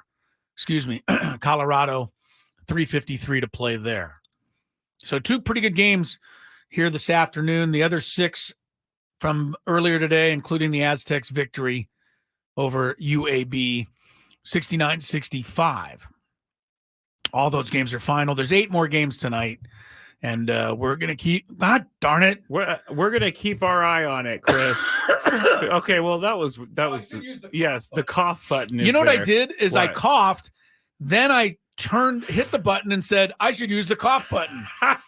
I did that completely backwards is what I did. At least you have a cough button. I don't even have one. I'd messed that up. That's All right, okay. sorry about that. That's we got a okay. countdown, though. It is basketball season, so our countdown has to do with basketball. But first, a check of traffic. From the 97.3 The Fan Traffic Center, here's Vicky Pepper. This report brought to you by Spiro's. 5 north at Loma Santa Fe, a wreck on the shoulder. You'll be on your brakes coming out of Torrey Pines. 15 north at Rancho Bernardo, a crash on that shoulder. It's stop and go from Pomerado into Escondido. 94 east at Jefferson, an earlier accident cleared to that shoulder. You're jammed from Lyons. If you love Mediterranean food, try Spiro's for authentic Mediterranean cuisine in Coronado or La Jolla. For dining or takeout options, visit spiroscuisine.com. I'm Vicki Pepper with Gwen and Chris, San Diego's #1 sports station, 97.3 The Fan. It's now time for Gwynn and Chris to rank their top 5 of the day. Gonna grip and rip as usual. But this isn't just a regular top 5 list. I love it. It sounds sadistic, but I love it. This is the countdown. And it starts right now on 97.3 The Fan. All right, Scraby, let's go to our countdown. Topic today, greatest basketball movies. Might as well. It's March Madness right now. Yes, it is. Going to count down our top 5 basketball movies of all time. I will tell you, in putting this countdown together, a bit hastily, but still putting it together, there really aren't a lot of all-time classic basketball movies. No, mine are going to be silly, I think. You're going to go silly. Well, on because the those are list the ones today. that I've liked. All right, well, it's your list, so you can go however you want. Auburn 70, Yale 68, 2:53 to go. Number 5. Pins and needles in that game. I know. We'll keep you up to date as we count them down, starting with number 5. Scraby, what do you have? First, I would like to tell everybody on the chat, if you have a movie, please let us know. We already have Hoosiers in Sunset Park. I've never seen Sunset Park. I also have to give you some honorable mentions. Semi-Pro with Will Ferrell. Will Ferrell is hilarious. I thought it was stupid. It is stupid, but it's hilarious. Well, it can't be both. Yes, it can. Really? Yes. And then a Marlon Wayans or Damon Wayans movie from back when I was a kid, The Sixth Man. He's in college and his brother dies, and then his I thought you were going to go. ghost. I thought you were going to go with Celtic Pride.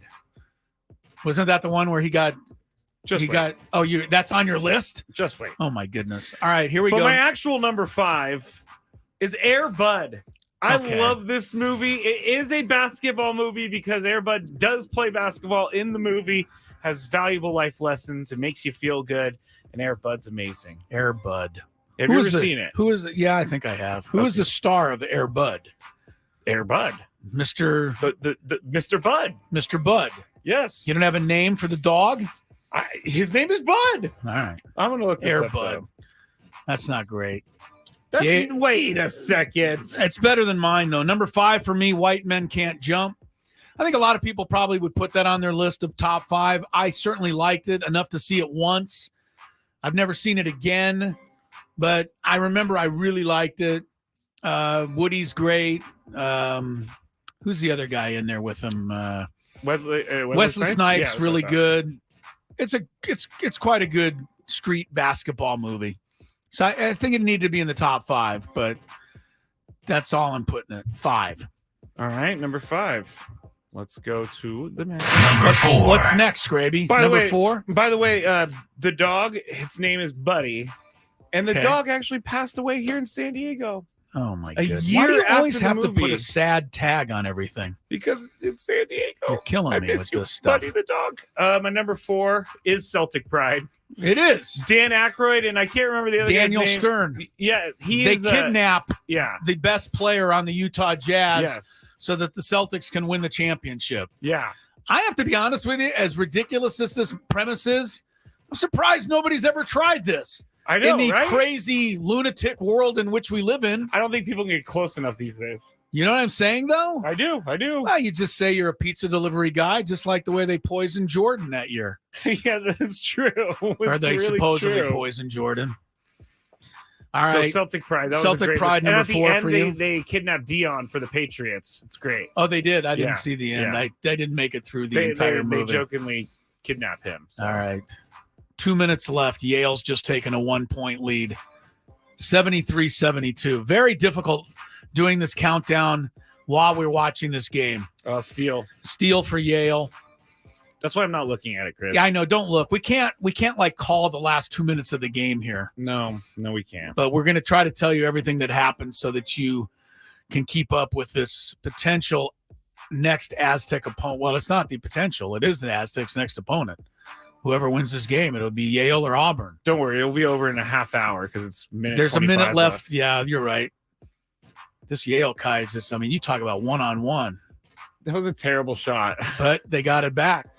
We're doing play-by-play, Yeah, all even right. though we're not supposed to. I'll just name. Do you want to do your No, thing? number 4 Okay. for me is Hustle. Oh, It was a newer movie, and it's out on Netflix. And if you haven't seen it, Adam Sandler plays a scout for the Sixers. Who has basically been run through the ringer his entire life. He's never been given the right opportunity because of fraternization. Other people have passed him and got better jobs. Yep. And he goes down to wherever, Dominican Republic or somewhere, I forget exactly, but he finds this gem of a player, and he tries to tell everybody that this is the guy that's going to change everything, and everybody thinks he's a quack. Yeah. And he's not. The guy he has is that good. And there's some great scenes in the movie between the player in question, who is the athlete that Adam Sandler is trying to bring to the Sixers. Oh, it's Spain. Spain, okay. But he's going up against Ant-Man. Yes. Anthony Edwards is the bad guy in the movie. His name's Kermit in the movie. Whatever, but yeah, it's Ant-Man. I just love it. And there's some great scenes, and Adam Sandler does a terrific job. I really liked it. I do too. Like, I should maybe even get it higher than 4, but I'll put it 4 for now. I'm glad you put Really it on good. there because I didn't and I forgot about it, but that is an amazing movie. It's really good. The It's on beginning is Netflix. If you're looking hilarious. for a good one, I think it's Netflix. I mean, it could be it's something Netflix. else. But if you're looking for some good movie to watch this weekend, you can do a whole lot worse than watching Hustle. Didn't they say I'll be his honest with nickname you. was like Cuban Missile, or he wanted his nickname to be Cuban By the Missile? way, I don't like the name of the movie, Hustle. It doesn't tell me anything.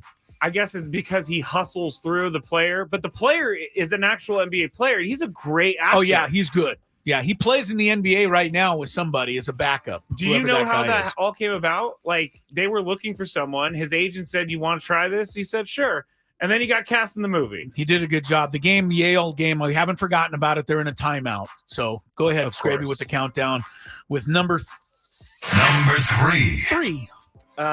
Number 3 is a Whoopi Goldberg movie. Oh, goodness. Come on. Eddie. Really? Eddie? The one where Isn't she her becomes name the Knicks yes, coach. Yes, I love stupidity. it. It's so good. You love dumb movies. I Well, should these have are the known movies this. like that came out when I was a kid. And I they were should have made known for this. me. I should have known that these are be the movies you would pick. Eddie is a great movie. It's not. It is. Not even close. Have you ever seen it? I've tried to see it. Couldn't stay with it. Yes. I she think that becomes the tells you head all you coach need to know. Of the New York Knicks Yeah, in I know she does. 1996. Yeah. So yeah, this was my age right here. I was like 12. I will tell you that the Ranker website doesn't even consider that a top 40 basketball movie. Thanks, Chris. Eddie. It's my list. It's not the Ranker list. Well, I'm just telling you. Number 3 for me is He Got Game. here's the thing with He Got Game. Oh, that's a Ray great Allen movie. is fantastic in it. Yeah. And it's a great story of, what you get when you're trying to make it to the big time, and you are big time. But the best thing is you got Denzel Washington in the movie. I mean, that legitimizes everything as far as I'm concerned. Yeah. Denzel's fantastic. And Jesus Shuttlesworth, my friends. Yes, Ray Allen, the next superstar. Yeah. At the time. At least, you see, to me, if you're going to do a basketball movie, you get somebody like Ray Allen to play basketball. It looks legit. And he can act. And then you get Denzel Washington, who can act. Yeah. And he can act. And it's great all the way around. So there you have it. That's my number 3. We got some suggestions on the chat, like Mike.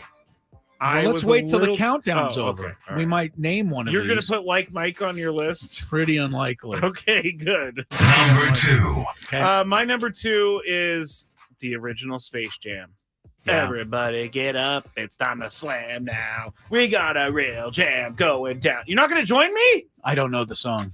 It's a great movie. Michael Jordan was in it. It's Looney Tunes. The new one is not as good. But I got to say, I've watched the old one with my nieces recently, and the old one does not hold up at all. Yeah, but Newman's in it from Newman Seinfeld. is in it, and he's pretty funny in it. He's usually funny. He really wants to play, and he gets flattened, which is hilarious. They put a pump in his mouth to get him pumped up. But anyway, Space Jam. Space Jam number 2. The Yale-Auburn game. Auburn ball, 46 seconds left. Yale by 1. 73-72. Auburn, I think, going to the free throw line here, though. Number 2 for me, I asked you if this was okay. You laughed. I'm going with it. Teen Wolf. No, it's fine. Teen Wolf. Michael J. Fox turns into a werewolf, and when he does, he's unstoppable as a high school basketball player. Yes. Unstoppable. Yes. I don't know why. The premise is ridiculous. I mean, absurd. But I enjoyed the movie. I couldn't turn the channel. And Michael J. Fox back in the day was, one of the best guys you had going out there as an actor. Oh, yeah. And he makes it somehow believable / watchable. Teen Wolf. Again, you could do worse this weekend than by renting Teen Wolf. Yeah, you're right. You could rent Teen Wolf or you can rent Eddie, and you won't go wrong. With Michael J. Fox, was he in Three's Company? Michael J. Fox? No, that was... what was the TV show he was in? Oh, yeah, he was in Family Ties. Family Ties. Okay, Yeah. So did you know that he was so in demand for Family Ties, or for acting jobs, that when he would work his Family Ties job, he would have to go right to Back to the Future set, and it was hours in between. So the movie studio hired a driver, and they put a bed in the back of a van, and he would just sleep in the bed on the way to each spot. That seems hectic to me. Michael J. Fox, he posted. Is that Back our in the new thing today? Posted. They're in an official review with 46 seconds left. We haven't forgotten the Yale-Auburn game for those that are driving along trying to get an update. All right. Nothing to update you on, so we can give you the number 1 Yes. basketball movie. Hey, you got some people loving Teen Wolf. All right, good. A little support. My number Appreciate 1, it. you already mentioned it. He Got Game. He Got Game. Love that movie. Number 1. I can watch that movie right now. I can watch it anytime it's on. It is such a good movie, and Denzel's great in it. So there you go. All right. My number 1 is always been my number 1 basketball movie. Hoosiers. It is not Hoosiers. Hoosiers didn't even make my list. I think Hoosiers is very obvious movie. I think it's just there's nothing that interests me about Hoosiers. The real story of Hoosiers I liked. The movie version of Hoosiers, not so much. My favorite basketball movie is called One on One. It's released in 1977 with Robbie Benson. He is a young recruit at Western University, which is basically then UCLA. And it's the trials and tribulations of a young man trying to become a star college basketball player in the late 70s. And it's terrific. It's great basketball, great story, heartfelt type thing, tearjerker, love story. It's got a little of everything. Now, I was talking about the people at Ranker. They only rank it the 24th best basketball movie. So I'm kind of alone on this one, but I recommend it. 1-on-1. The whole movie was filmed at Moby Arena at Colorado State, by the way. All right. Which is just another addendum to it. All right, we ready for some of the chat? No, I want to update the Yale-Auburn thing. Auburn missed a free throw. Yale got fouled. They hit 2 free throws. It is currently Yale 75, Auburn 72. Is this happening again, Chris? Are we going to get lucky Is this again? happening again? 45 seconds left. Auburn ball. They trail by 3. I can't really do play-by-play. No, but they still have But the I'll ball. tell you what happens. Auburn missed, but a foul. So they'll get 2 free throws. Yale leads by 3. Go to the chat. What do All they right, got? so one of them was Jorge says the air up there with Kevin Bacon. That is a great one. He goes to, I believe, that's where he goes to Africa. Yes, and teaches them basketball. Yes, I love that movie. Thank you for saying that, Jorge. All right. Addicted to Fishing says Blue Chips. Blue Chips. I was too young for it. Blue Chips got my best of the rest. I Honorable wrote it mention? down, but it didn't quite make my cut. But Shaq is very good in Blue Chips. Nick Nolte is the coach, and very Bobby Knight-like in the day. Yes. Lamar says Above the Rim with Tupac in it. It's been a while since I've seen that. Yeah, but I don't recall that one too well. Jorge says again, Joanna Man. No, Jorge. I cannot get behind Joanna Man. It has a worse score than Eddie on Rotten Tomatoes. So there you go. That's my thing. You're ragging on your own movie there. Flubber is Flubber? That's not a basketball Was that movie, Jerry everyone. Lewis? No, that's with Eddie Murphy. Oh, that's not. Oh, Flubber was a. Oh no, wait, that was Robin Williams. Okay. I think we're kind of going a little crazy here's now at another this one. point. Joe said Coach Carter. All right, Coach Carter's okay. Yeah. J Mac says like Mike. All right, everybody, thank you for contributing. That is our list of the greatest basketball movies. We probably mentioned a great one or two somewhere in there. The Fish That Saved Pittsburgh, is that a basketball movie? It is. Dr. J's in that. Oh, way that's back right. when. That's right. Okay. Auburn just hit 2 free throws. Yale by 1. 33 seconds to play, and it's Yale ball. Are the Aztecs going to get to face Yale instead of Auburn? They might. Colorado, by the way, has seen its lead trimmed to 2 by Florida. That's a good point. 99-97 with 14 seconds remaining. That's a good point. Colorado on the free throw line. We got 2 games coming down to the end. Colorado hits the free throw, but now Florida will have the ball down 3. They were just down by 14. They were. The last time I looked over there. College basketball amazes me. Some of these games have been off the charts. We're going to a break here, but let's see what happens with Florida trying to tie it. A deep 3. Good. Oh, my goodness. About a 40-footer. Ties the game at 100. 9 seconds left. Colorado ball. Timeout. Wow. I'll tell you what happens when we come back. That was a deep 3, baby. Baby. Baby. All right, Yale by 1. Colorado, Florida tied. The madness. And Chris versus the fans when Gwynn and Chris continues.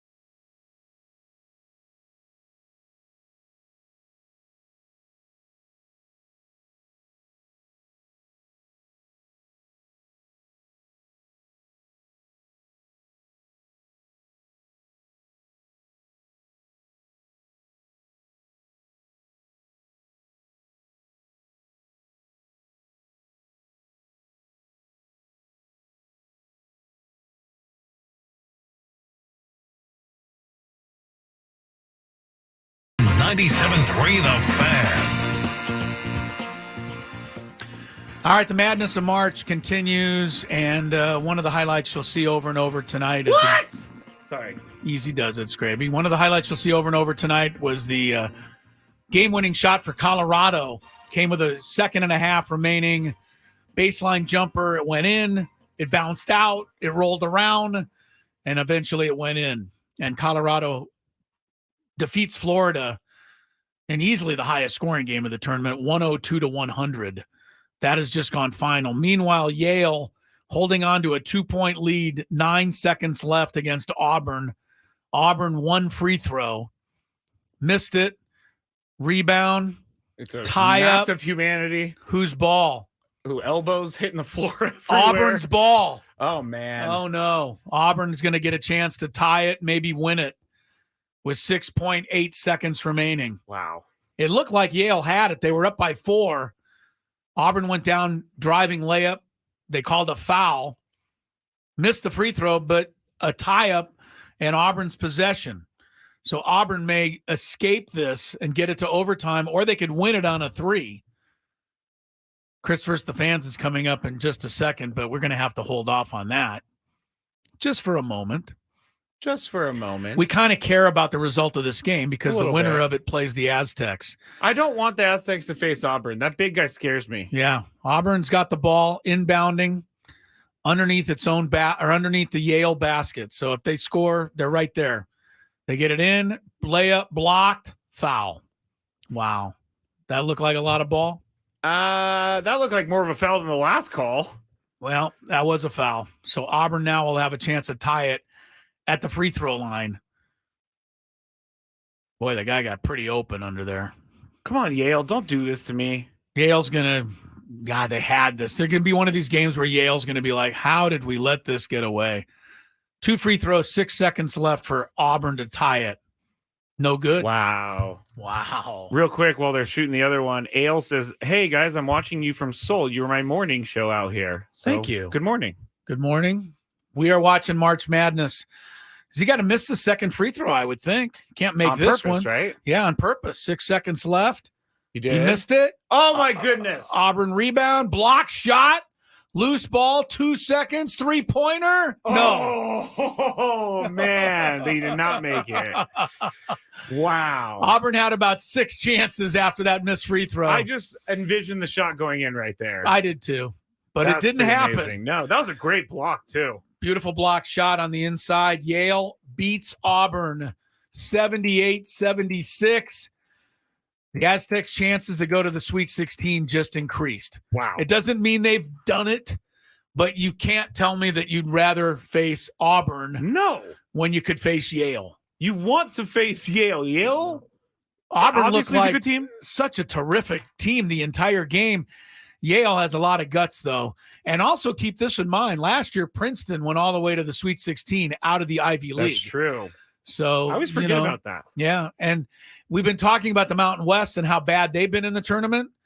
The SEC has lost 4 teams in the first round, including Auburn and Kentucky. So why aren't we talking about that? Well, I just did. Okay, good. I just mentioned it. Good point. I just mentioned it. Nice So point. the SEC is having as bad a tournament as the Mountain West is. All right, it's set for Sunday now. Aztecs will take on Yale. As soon as we get a game time, we'll pass it along. Ted Leitner joins us, bottom of the hour, from Spokane, where the Aztecs did win. But before all that, we play trivia. If you had one shot, one opportunity to take down the human almanac himself, howdy do. Now is your time. Listen to me, this guy is dangerous. Now is your opportunity to win a prize. Well, I hope you know what you're in for. Chris versus the Fans starts now on 97.3 The Fan. All right. What are we playing for, Chris? Well, we are playing for a chance to go to Las Vegas. Yeah. Who wouldn't want that? If you win, you get into the drawing, and you could qualify to win a 2-night stay at the Fontainebleau, Las Vegas. Dinner for 2 as well. Immerse yourself in the timeless elegance. Fontainebleau, Las Vegas. Luxury resort, gaming, and meeting destination. The legacy of Fontainebleau, Las Vegas is built upon more than 70 years of sublime beauty, unparalleled service, and timeless design. Book now. Fontainebleau, Las Vegas. You know, Sean Paul, our guy Yes. from Field of 68, Yes, he told us, don't look past Yale. he did. Because I was asking him, how did the Aztecs have a chance to beat Auburn in the second round? And he said, don't just assume Auburn's going to win. And he was right. Yale won. I'm going to try to get him on next week since we loved him so much. Yeah, well, he's smart. He is smart. He's smart. All right, let's get to The rules. The rules of this game. You have to make it through 3 questions. Each question will get more difficult. If you get the question right, you move on. If you get it wrong and Chris gets it right, you're eliminated. But if Chris gets it wrong, then you move on to the next question or you win. And if you're a first-time player, let us know. That was a good one. Let us know before we get into the sounded next like question. we practiced that before. Yeah. Let me know before the first question. You'll get the first question for free today and start on the second question. All right. If you want to call in right now, 833-288-0973. But we are going to start with Julian. Julian, you are the first player today. How are you? Pretty good. All First right. time player here. Oh, first-time player. All right, here we Julian. go. Go get him. Number 2. You're 2 questions away from the coveted championship. What Padres... excuse me. Man. That wasn't that hard. Should have been. What Padres pitcher holds the record for strikeouts in a game? In the game? In one game, yes. For the Padres. Jake Peavy. Jake Peavy is correct. Wow. Julian just got that without even thinking. Julian, do you know how Very many good. he had? I want to say like 16 or 17. Julian is a player. It was 16. 16 is the record. Wow, nice job. Now, Julian. I will say, and this is not Julian's correct, but I think, and I have to look this up, and I think Kevin Brown struck out either more than that or the same in a playoff victory over the Astros. I should have said regular 1 year. season. I think. Okay. Oh, wow. But Julian, you're correct, and you move on to the final question here. So good luck. Yes, I do need to make the You should just say, yeah. I think Kevin Brown either tied that 16 or broke it. I'll look it up in the next. I don't have time right now. I'm focused here on the you game. can't get on the computer anyway, so Focused. all right, Julian, you get this right or Chris gets it wrong, and you are qualified for a trip to Las Vegas. I think this one might be one of the harder questions we've ever had, but I think you can get it through my hints. What major sports apparel brand debuted their bat with one major leaguer using it last year? What major sports apparel brand debuted their bat with one major leaguer using it last season?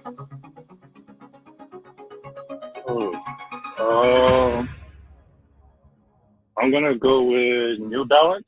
New Balance. Oh, that's a good one. Shohei Ohtani loves him some New Balances. Stay there. How am I supposed to know this?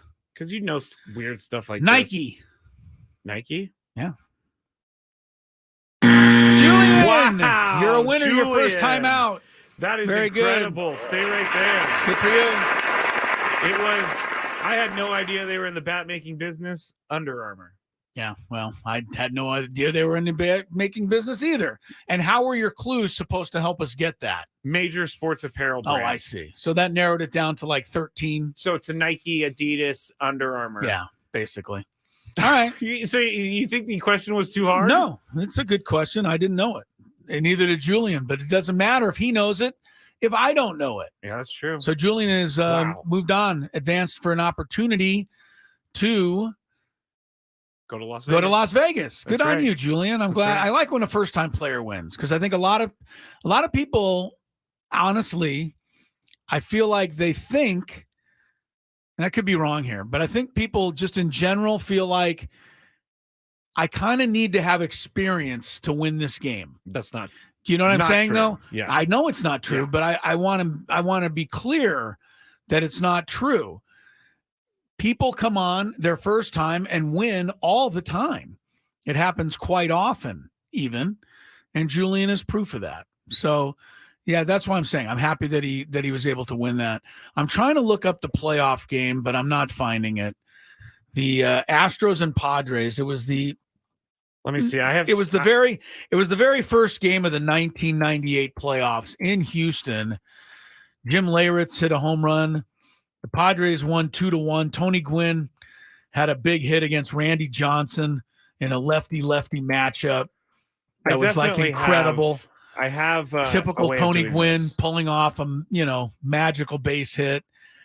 All right, I'm fine. I've kind of arrived there now. I'm at the NL Division Series. Yeah, the first game was 2-1 Padres. Kevin Brown got the win over Randy Johnson. Padres scored a run in the 6th inning, set up by Tony Gwynn. Leyritz homered in the 8th. The Astros scored in the 9th off Trevor Hoffman, but that was after Kevin Brown, struck out 16 in 8 innings. So, he shares the record in a way with Jake Peavy. I will make distinctions. Make a distinction next time. Actually, Kevin Brown owns the top 2 spots. I just found them all in the postseason for the Padres. 16, like you just said, and then he has another one in the NLCS against the Braves where he struck out 11. Sterling Hitchcock also struck out 11 in that same year against the Astros in the NLDS. Yeah. Man, the Astros struck out a ton against the Padres. Kevin Brown was dealing by the end of the 1998 season. And I mean dealing. Yeah, I was only 13. And I know you were. I don't know that Kevin Brown's 1998 season for the Padres wasn't the best a Padre pitcher's ever had. And I know Jake Peavy won Cy Young Award, right? Yeah. So Jake has got a claim to that. But Kevin Brown was 18 in that year with a 2.38 ERA. He pitched 7 complete games. That's more than most teams pitch nowadays. Yeah, it's kind of wild. He also pitched 257 innings and struck out 257. And he had a whip of 1.06.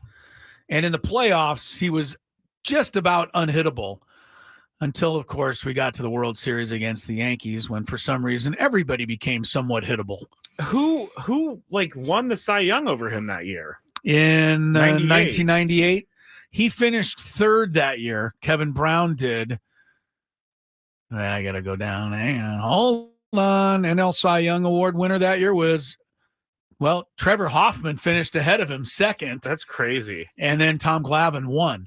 And I don't know if I'm, right or wrong here, but maybe Trevor Hoffman and Kevin Brown kind of split up the Padre vote. Possibly. Leaving it open for Glavine to win. I don't recall. I mean, Trevor Hoffman's ERA plus that year was 265, which is off the charts. Well, Trevor had 53 saves that year.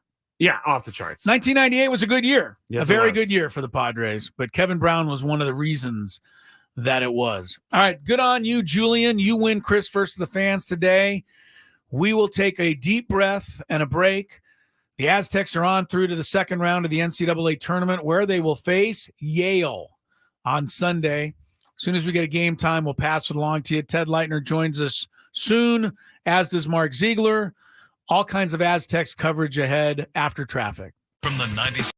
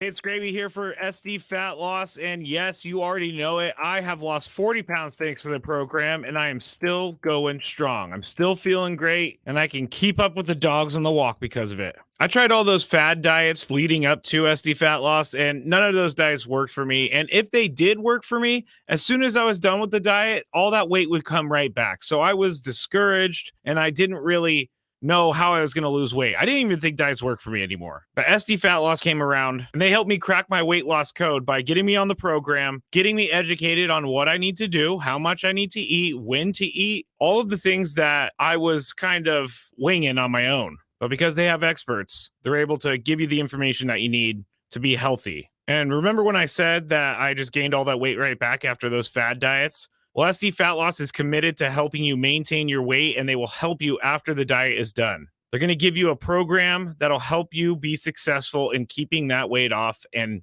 living your new lifestyle. So if you have any questions, please give them a call and schedule a free consultation, 858-665-3211, or go to sdfatloss.com.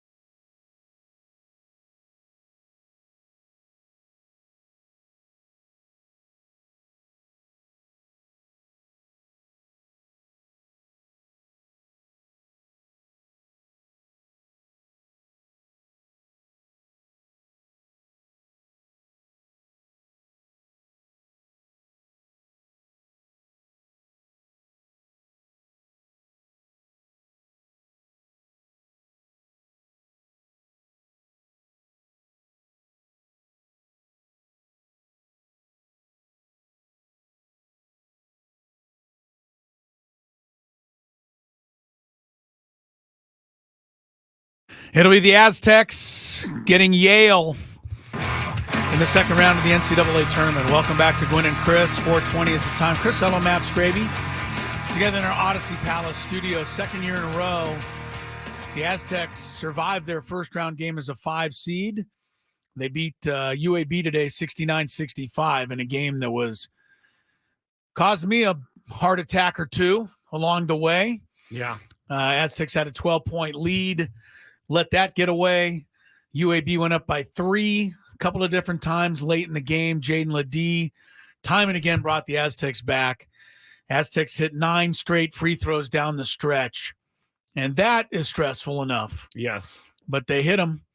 And Lamont Butler, the way he changed the game on defense, also scored 15. Ledee had an All-American effort with 32. And the Aztecs are through. And also now for the second straight year, instead of having to draw the 4 seed in the second round, which would have been Auburn, the Aztecs will draw the 13 seed, which is Yale, because Yale beat Auburn just a few moments ago, 78-76.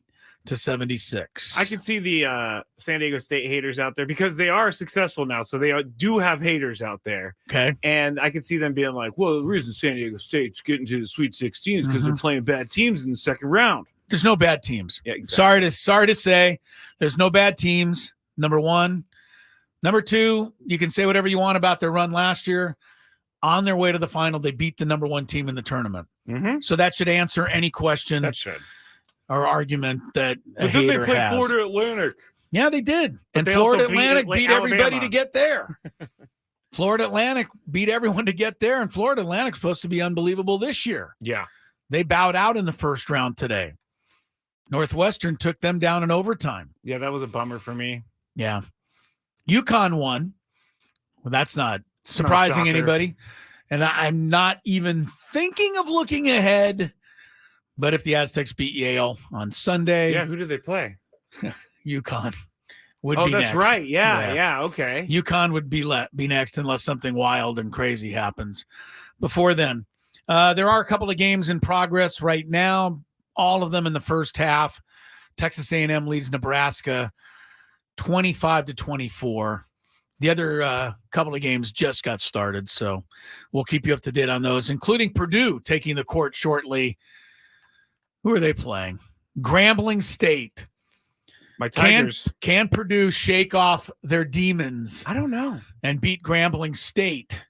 You know why I am cheering against Purdue? Because my dad picked them to win it all. Okay. And I was like, Dad, that was a mistake. You think? Purdue's going to lose in the second round. Let's see. We'll see. The biggest story in sports, and Ted Leitner is going to join us from Spokane here in about 10 minutes, so we'll get his thoughts on the Aztecs win today.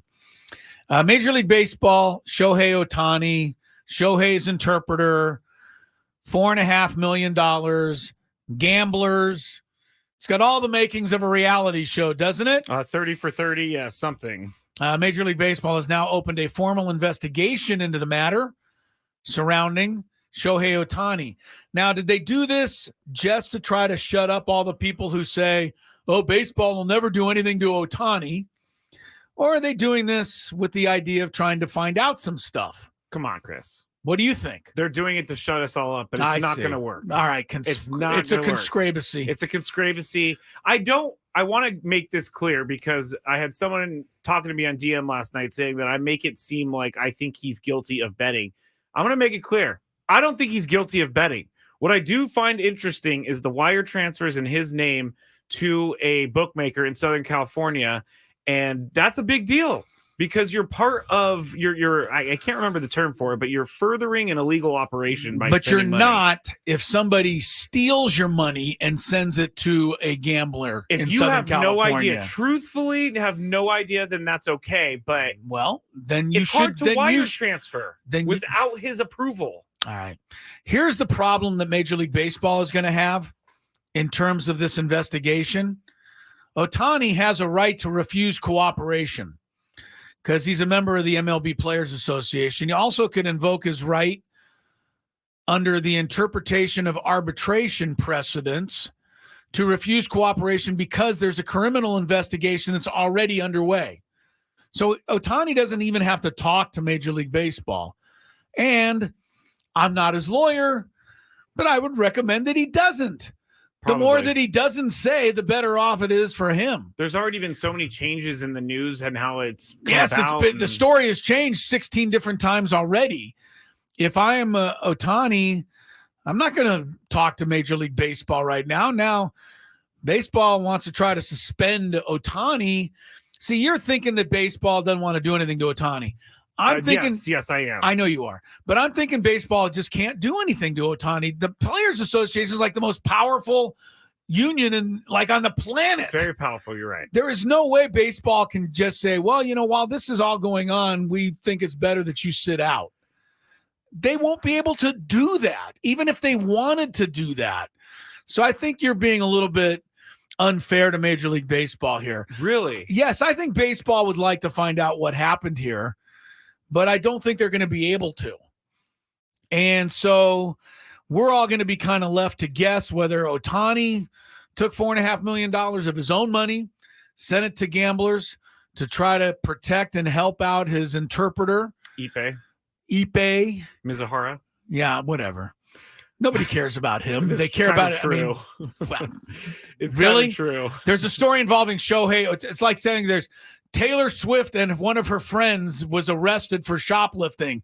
I don't think anybody's going to care about the name of her friend. The question will be: is Taylor holding the wrong people in her friendship group? No.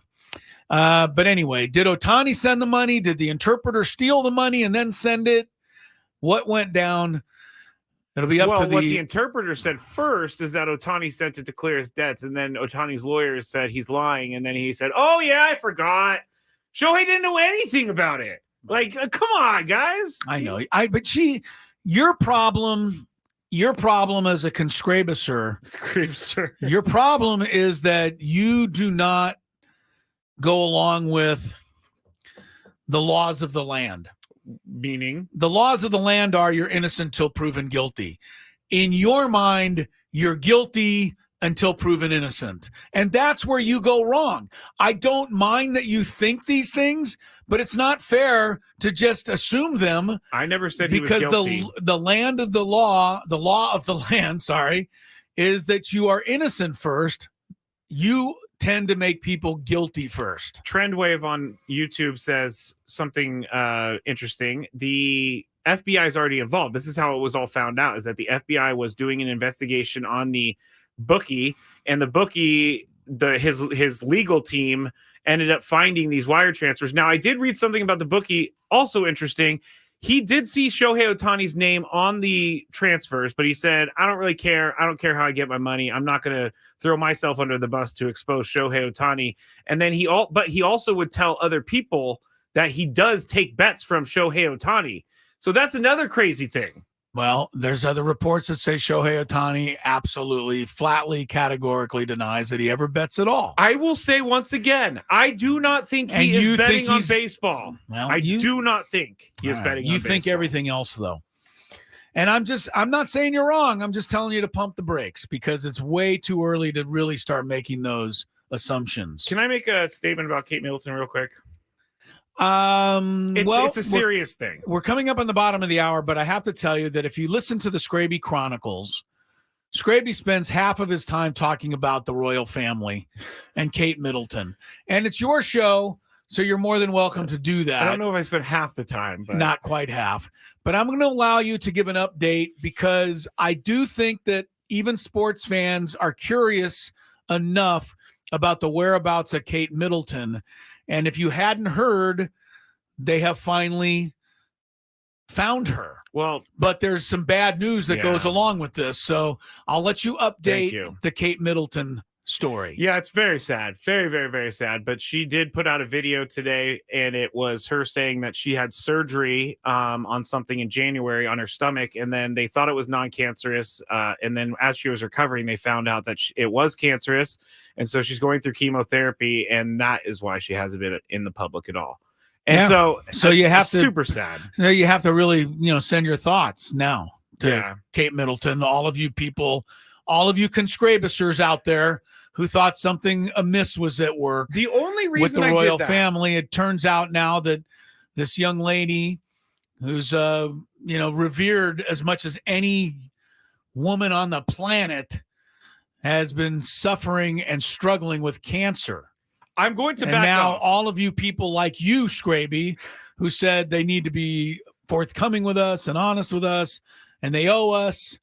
now we understand a little bit better. If they weren't putting as to out what was Photoshop going on. pictures and making up lies, no one would have said, oh, well, she has to be dead. And I did say I don't think that she's dead, but this is very sad and it's very serious. And so I will be leaving it alone from now on. Nebraska, Texas A&M game underway. 7 minutes left first half. A&M leads Nebraska 35-31. Also 11 minutes left first half. Duke over Vermont 21-16. Grambling and Purdue get underway shortly. If you're just tuning in and you have your bracket handy, the Aztecs will be facing Yale in the second round of the NCAA tournament on Sunday. Aztecs beat UAB 69-65. Yale surprised Auburn 78-76. Ted Leitner from Spokane, where he called the Aztecs victory earlier today. Get his thoughts when Gwynn and Chris resumes.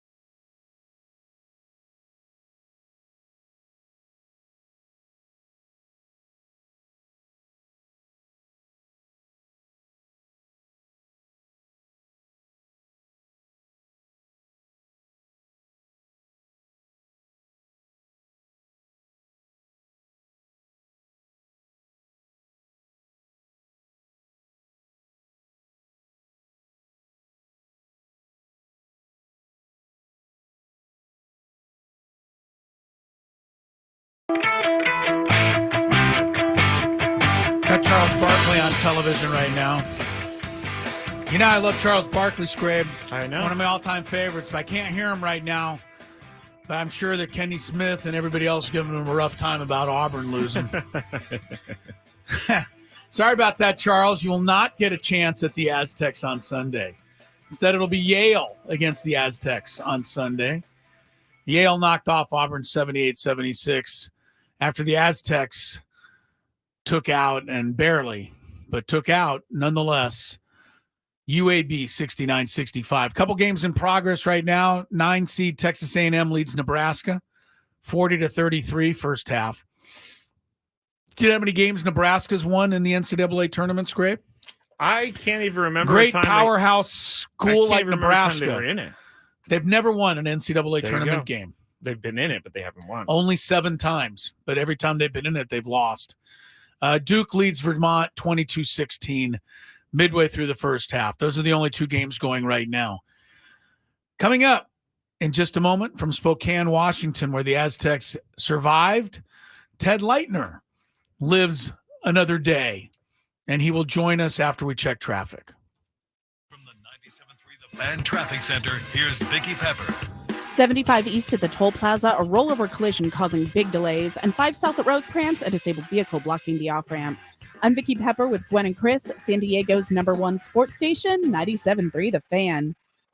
All right, getting Ted on the line here, and he should join us shortly after that heart-stopping Aztec win over UAB today in Spokane. We're still looking for a possible time for the Aztec game on Sunday. Maybe Ted knows, but I don't think it's out yet. Ted Leitner joins us, though, from Spokane, Washington. Beautiful this time of year up there, isn't it, Teddy? Might as well spend another couple of days. Yeah, I figured it was okay. Got a little cool last night, but I'm fine, and I can handle another basketball broadcast, and Aztec fans can handle another basketball game. And I know they got spoiled last year. Who wouldn't be? But it wasn't easy. As Dutcher says, NCAA games are never easy, but you just have to win the game, find a way to win the game, and they did that. For sure. Where on the scale of nervousness did this one rank? When they got down a little bit in the second half, I mean, I got to admit, I was starting to feel a little defeated there for a minute. Understandable. I mean, having watched the tapes last night and other days since the matchup was made, I thought that this was a very talented team, despite, a conference that's nowhere near what the Mountain West is, and that's the American Athletic. And they had been in Conference USA the years before that, and they were a program winning, 29 games last year and the NIT championship, and winning the conference championship of their new conference this year. So they were not going to be an NCAA team unless they got an automatic bid by being a conference winner, and they were. And I was very impressed with their size, their athletic ability, and their rebounding. And I think that's where the Aztecs were. They matched them.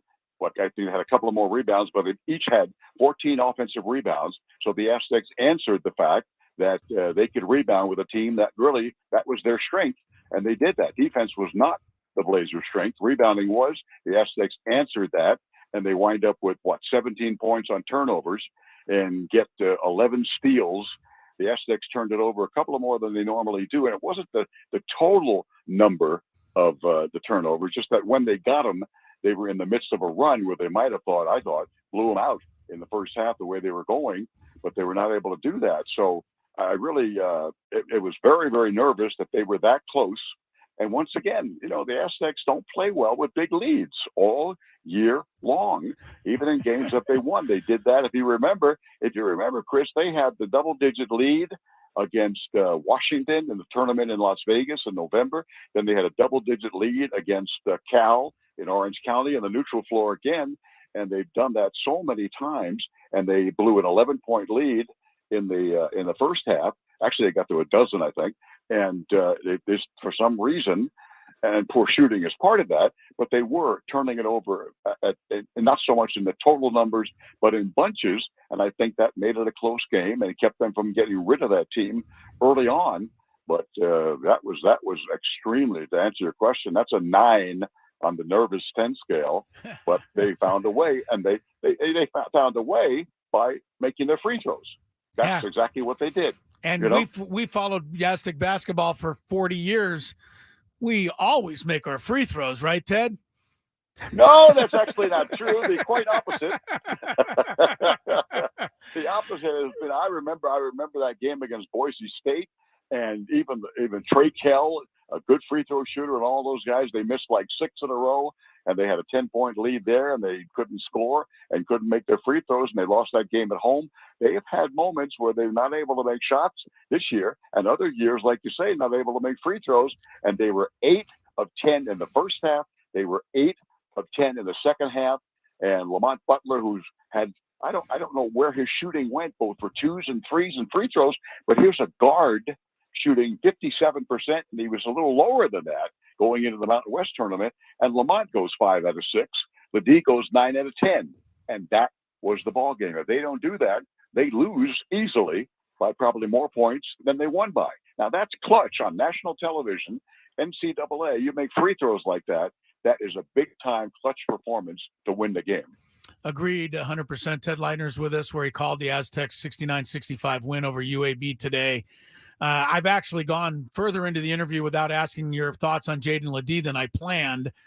I tweeted out right after the game that, third-team All-American, please. I know we always feel a little slighted. It's our guy. We watched him all year. But, Ted, that was a first-team All-American performance he put on today. I mean, it wasn't just the points. It was his impact on the game. He ended up fouling out the entire Birmingham team, and he made, ridiculously tough shots there down the stretch to keep it close. And then, as you said, he had his free throws. He did everything an All-American's supposed to do. He did. And again, I don't think, because I've done it, and you're doing it, and Aztec fans do it, and it's not whining, because I think when something is accurate, then it's not complaining or whining, it's just stating a fact. And if Jaden Ledee played for UConn, if he played for Houston, if he even played for a Kentucky team that's gone bye-bye but was in the top 20, then he would be first-team All-American, because there is not a better power forward in the country. Everybody knows that. Coach Dutcher knows that. And that's just the way it is. But you're on San Diego State. Even the run last year that put them they've already been on the map a long, long time as the powerhouse on the West Coast, along with Gonzaga. And you can look at that, the winning percentage the last 10 years beyond UCLA. It's Gonzaga and San Diego State. Those are the 2 best programs. And the truth of the matter is, if he played for Gonzaga through all these, the way they had been in these finals and championships and Final Fours and all that, he would have been a first team. So the idea that he was second team, other team like Associated Press, and the Associated Press is normally the one they give the most credence to. He was only third team there. But as far as I'm concerned, you're an All-American, whether it's 1, 2, or 3. And the truth is, if you're on one of those name programs, those blue bloods, you're clearly going to be, just like we're on a winning team, you're going to be first team. He is amazing. CBS referred to him the other day as the boulder-shouldered Jaden Ledee of San Diego State. I like that. Pretty good. I'd never heard that one before. No, but I like it. There is no player quite like him in terms of what he does. And like he says, I don't make him shoot over me. I make him go through me. And you can't go through him. Early on, I thought I almost felt sorry for the 2 6'9" bigs, and with Lindeborg and Davis, because it was such a mismatch against him. He could basically do anything that he wanted. Now, when you do something like that, you are indeed a special player. And to come up like he did in the Mountain West, he averaged 27 points and 10 rebounds in those 3 games of the Mountain West, and he comes 32-8 today. Clearly, he is the main reason, after all the statistical things we mentioned, that the Aztecs won. This is not just an Aztec for life. This is an amazing, amazing Aztec. Like Malachi Flynn became one of those in 1 year, and Jaden's done it in just 2 years. Yeah, and he's so soft-spoken. The interviewer after the game kind of tentatively went up to him because I don't think she was, she's a big guy. He's kind of intimidating. But then he opens his mouth and he says, well, I just relied on my teammates. It was nice. And, they did the thing. And the interviewer was like, the interviewer was like, well, no, you were kind of good in the game, And he goes, well, I appreciate that. But, my guy's got it done for him. But he's really terrific in that way. Lamont Butler, I'm so happy for him because he has struggled a little this year. He took over the game in the first half on defense. I don't think UAB was ready for what he can do. It wasn't just him. It was the overall defense, and Lamont was unbelievable. And it was a steal after steal after steal. And that's where I thought the Aztecs were going to a 20-point lead and end that thing in the first half when they had that run, and they were coming down and stealing them after possession after possession. And then they had the two where Miles Bird was in transition after steals, and he missed one layup. And then the second one, he lost it. And I thought those 4 points there, and I thought the Aztecs were going to win this thing and blow them out right there. So, making 13 turnovers, they average 11.5 a game, San Diego State. That's not a huge number. But when they got them, it was after they had gotten in transition. And when they're in transition off a defensive rebound or a steal, this Aztec team is in transition even better than last year's team. So they kind of made it easier and helped Alabama get back in the ball game by throwing the ball away at some bad times. But oh my gosh, the defense, they have not. When you play in the American Athletic Conference like Alabama Birmingham, you come out here and you can watch it on tape. But when you're trying to bring the ball up and you're trying to set up your offense, then you're seeing a defense you have literally never seen all year. And that's San Diego State defense. And it came through today. And probably as big a reason as Ledee and everybody else was the Aztecs are known for that. Steve Fisher always said, he'd get stopped on the street and people would say, Steve Fisher, San Diego State, Kawhi Leonard and defense. That's what they always tell Steve, that the Aztecs were always known for nationwide. And after last year, they certainly increased that. And that's what they did today. Those four guys coming down from Alabama Birmingham, it was like, oops, I can't get by these guys at the top of the key. They're stealing every ball. It was an amazing exhibition. Yeah, it was fun. Ted, we appreciate the time. It's always great talking to you now. Dutch, and we know, this team, I think they catch a break. I mean, you got to call it what it is. They're not going to have to play Auburn, right? They're going to have to play Yale, and Yale's good, but Yale's not Auburn. No. But there's no way Dutch is going to let them ease into the second game. What do you think he's going to focus on between now and Sunday with this team? He's obviously going to go. It's like I mentioned during the broadcast. It's national television. It's the NCAA, and you get a tendency to try to do too much when you're making a play, and that's what happened to Miles Bird, who's going to be a sensational player. Mark my words. His defense has come on. He can rebound. He's fast. He's quick. He can shoot. He's going to be a true Aztec star the next couple of years, and he's just a sophomore. But they were rushing. John Wooden always said, "Be quick, but don't rush." And I think they were rushing. So they're going to work on that. They have a practice scheduled at the arena tomorrow. They practiced yesterday at the community college because the arena was having its other festivities for the tournament. But they're going to practice, and certainly without question, they're going to continue to work against zones because they saw several different zones today, and that bothered them. That was part of the reason they didn't keep that 11-point lead in the first half and so forth.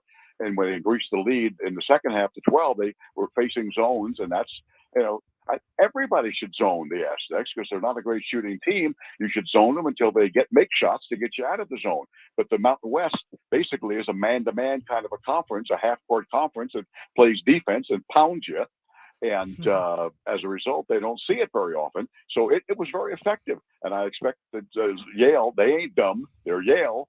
They'll start to use some of that during the course of the game on Sunday. So the Aztecs, to answer your question, will work on that tomorrow. They take their shots all the time. They work and work and work, and somehow they just go ice cold. I mean, they were 1 for 12 in the end of the first half and still won a ball game. And we just talked about why. Rebounding and Aztec defense. You go to the Spokane Shakey's Pizza place tonight. What's on the agenda for you? I tell you. Do you know Spokane? You've been there a few times, right? I have been there, and I came this year. And I came this year when they beat Gonzaga, And there's not a lot downtown. There's not a lot to do. There's a couple of restaurants. And we went out to one last night, the broadcasters types, and it was good. It was good. The team went out to a steakhouse last night, and they're going to another steakhouse tonight. Got to get that protein ready to go. Of course, So yes. Good excuse. Yeah. Good excuse for a steak. Got to have That's that protein. it. And that's it. They're going to take them out. The team's going out for steak tonight, and then, like I mentioned, they have the practice tomorrow. But of course, what you mentioned is totally true. Auburn is a terrific team that plays really good defense, and so does Yale. But in terms of the athlete and the team, there's a reason they were seeded the way they were seeded. Auburn was number 4, and they're gone. So just like last year, Chris, when they didn't have to face a good, unlike this year, a good Virginia team, when they had Furman instead, when Virginia got upset, and that started the ball rolling, and now they get a break. No Auburn, Yale, and that is certainly better. And San Diego State is better than the Ivy League champions. Hopefully they will prove that on Sunday, Ted. I say it all the time. The Aztecs basketball right now is the gift that keeps on giving, and we just keep enjoying the ride. Thanks so much for checking in with us. It's really nice of you to do, and hopefully we'll get a chance to speak again next week ahead of the Sweet 16. Anytime, Chris. I appreciate it. I appreciate it much as well. Ted Leitner, voice of the Aztec basketball. Great to catch up with him. Very nice of him, because I know he's got a lot on his plate. Yes, he for does. a Friday night in Spokane. Yes, he does. He sounded like it. He's like, well, they have 2 restaurants. I don't know. Well, maybe he'll go to the other one tonight. I guess that's what you do. They don't play till Sunday, so I mean, he's got some time to kill. That is over the next few days. How far away is Spokane from Seattle? Would you go driving there? I think no. Spokane is on the other side of the state. I know it's near Idaho. Yeah, well, Seattle's on the West Coast, so it's not very close. Oh man, yeah, not much. Oh yeah, it's 4 hours. Yeah, it's a ways away.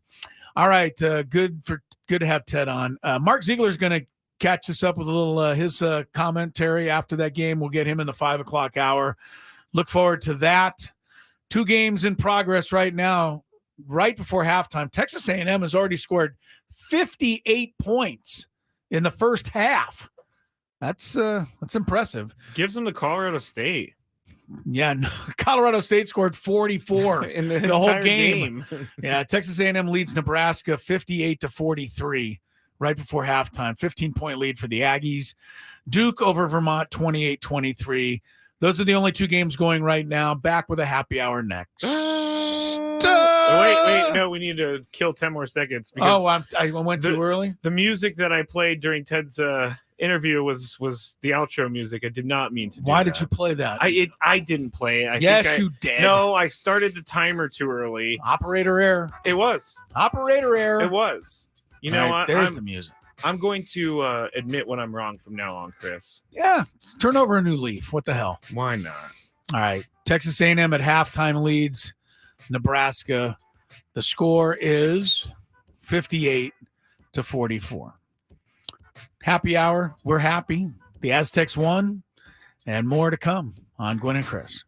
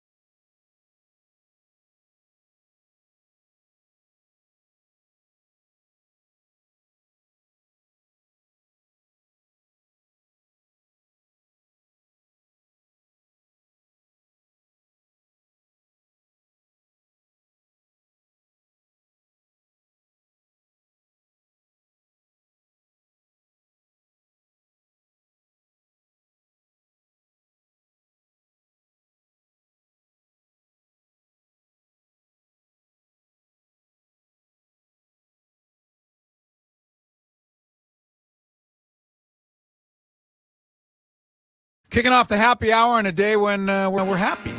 It's Gwynn and Chris with you. 5:01 is the time, unless you're a big-time Alabama Birmingham fan out there. Probably happy. Aztecs prevailed over UAB 69-65 earlier today.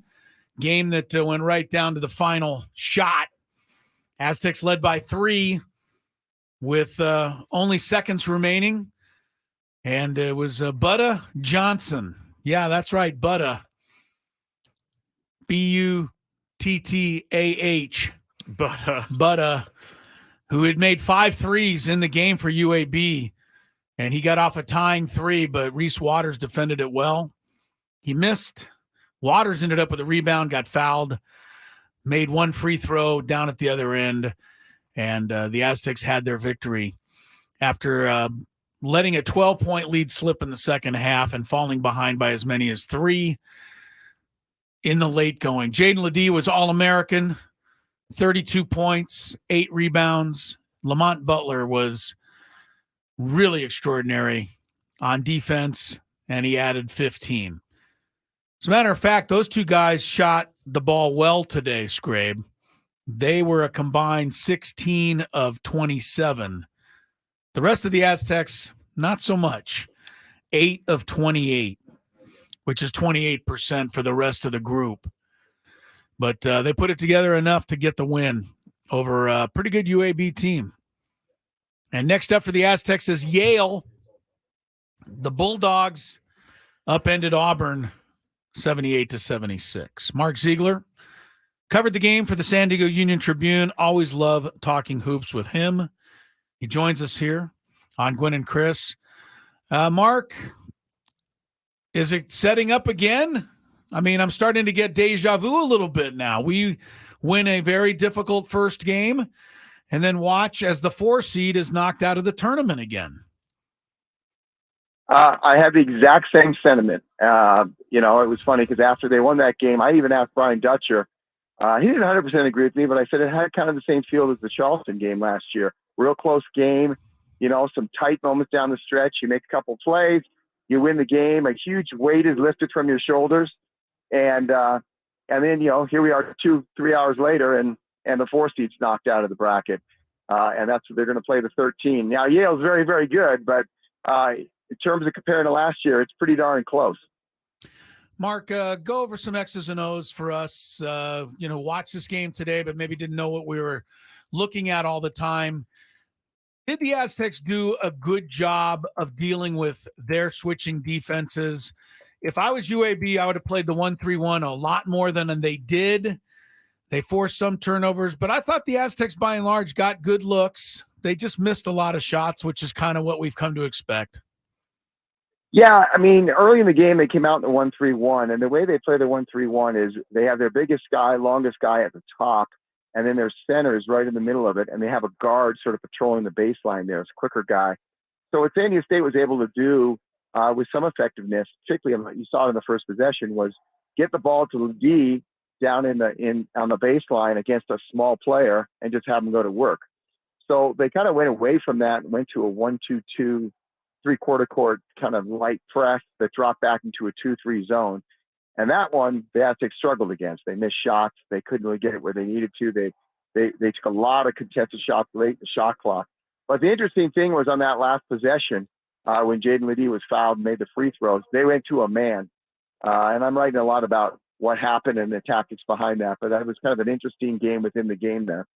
We're talking to Mark Ziegler here, San Diego Union Tribune. He's up in Spokane. We just talked to Ted Leitner, and he's all happy too. But Lindenberg is the guy that everybody was telling us on UAB was going to match up with Jaden Ledee. He got into foul trouble very early. Do you think that was something that the Aztecs tried to bait him into, or was it just poor decisions by him? A little bit of both, I think. I mean, he admitted afterwards that the foul trouble really got inside his head. He just felt like he didn't know. He said, Ledee's coming down, and it's just every single moment is physical. And he felt like he was just trying to be physical back and got called for fouls. And then he felt like, well, I can't be physical at all. And so he just didn't know what to do and he admitted it. I mean, you saw even sort of at his reduced mental capacity, because of that, he was still a very good player. He still, you think, wow, they really shut him down. He still finished with 11-7, which is a bad game for him, but just tells you how talented he is. But he really kind of cut off the head of the snake there and forced other guys to step up, and they almost did. I mean, they had a couple, real good games from players who made tough contested shots, but it wasn't enough for them in the end. Mark, you just mentioned something that I really noticed watching this game, and I've pretty much noticed it all season, but UAB had guys that could hit tough contested shots. Other than Jaden Ledee, that is really something that this Aztec team is going to just have to make do without. I mean, if they get open looks, they can make them. I don't know that the Aztecs have a guy that can be counted on to drill a bunch of jumpers with a hand in his face. Well, that guy, I think, is Reese Waters, and he did that early in the season. He did it right off the bat to start the game, and then he kind of went cold again. Yeah. And they've, I think people are hoping that he somehow, light bulb goes off because he's so talented. He has such a quick release. He's got good size, 6'5", 6'6". He can shoot over people. But they had guys that made shots. I wouldn't want to live on that because there are going to be nights when those things don't go in, you lose by 30. And so the Aztecs have a much more measured approach, and are going to win more often with the way they do it than just taking wild shots and hope they go in. Talking to Mark Ziegler, San Diego Union Tribune, about the Aztecs' big win today over UAB. And you were talking about Brian Dutcher not agreeing with you about the game being like Charleston last year. But do you think that he's changed how he coaches in the tournament because of his success last year and just kind of knowing what to expect as he goes along? I don't know if he has. I just think the whole program just exhaled. And the cliche is monkey off your back or albatross, whatever you want to say. I really sensed it last year in Charleston, and maybe it wasn't as dramatic today. I think that's what he was saying. But I just think everyone is much more relaxed, much calmer. They didn't panic at all down the stretch. They've been there. I mean, this is their 7th NCAA tournament game in the last 2 years. So, I mean, they've, most schools play in 1 or maybe 2. They've been in a lot of these games, and they kind of know what to do.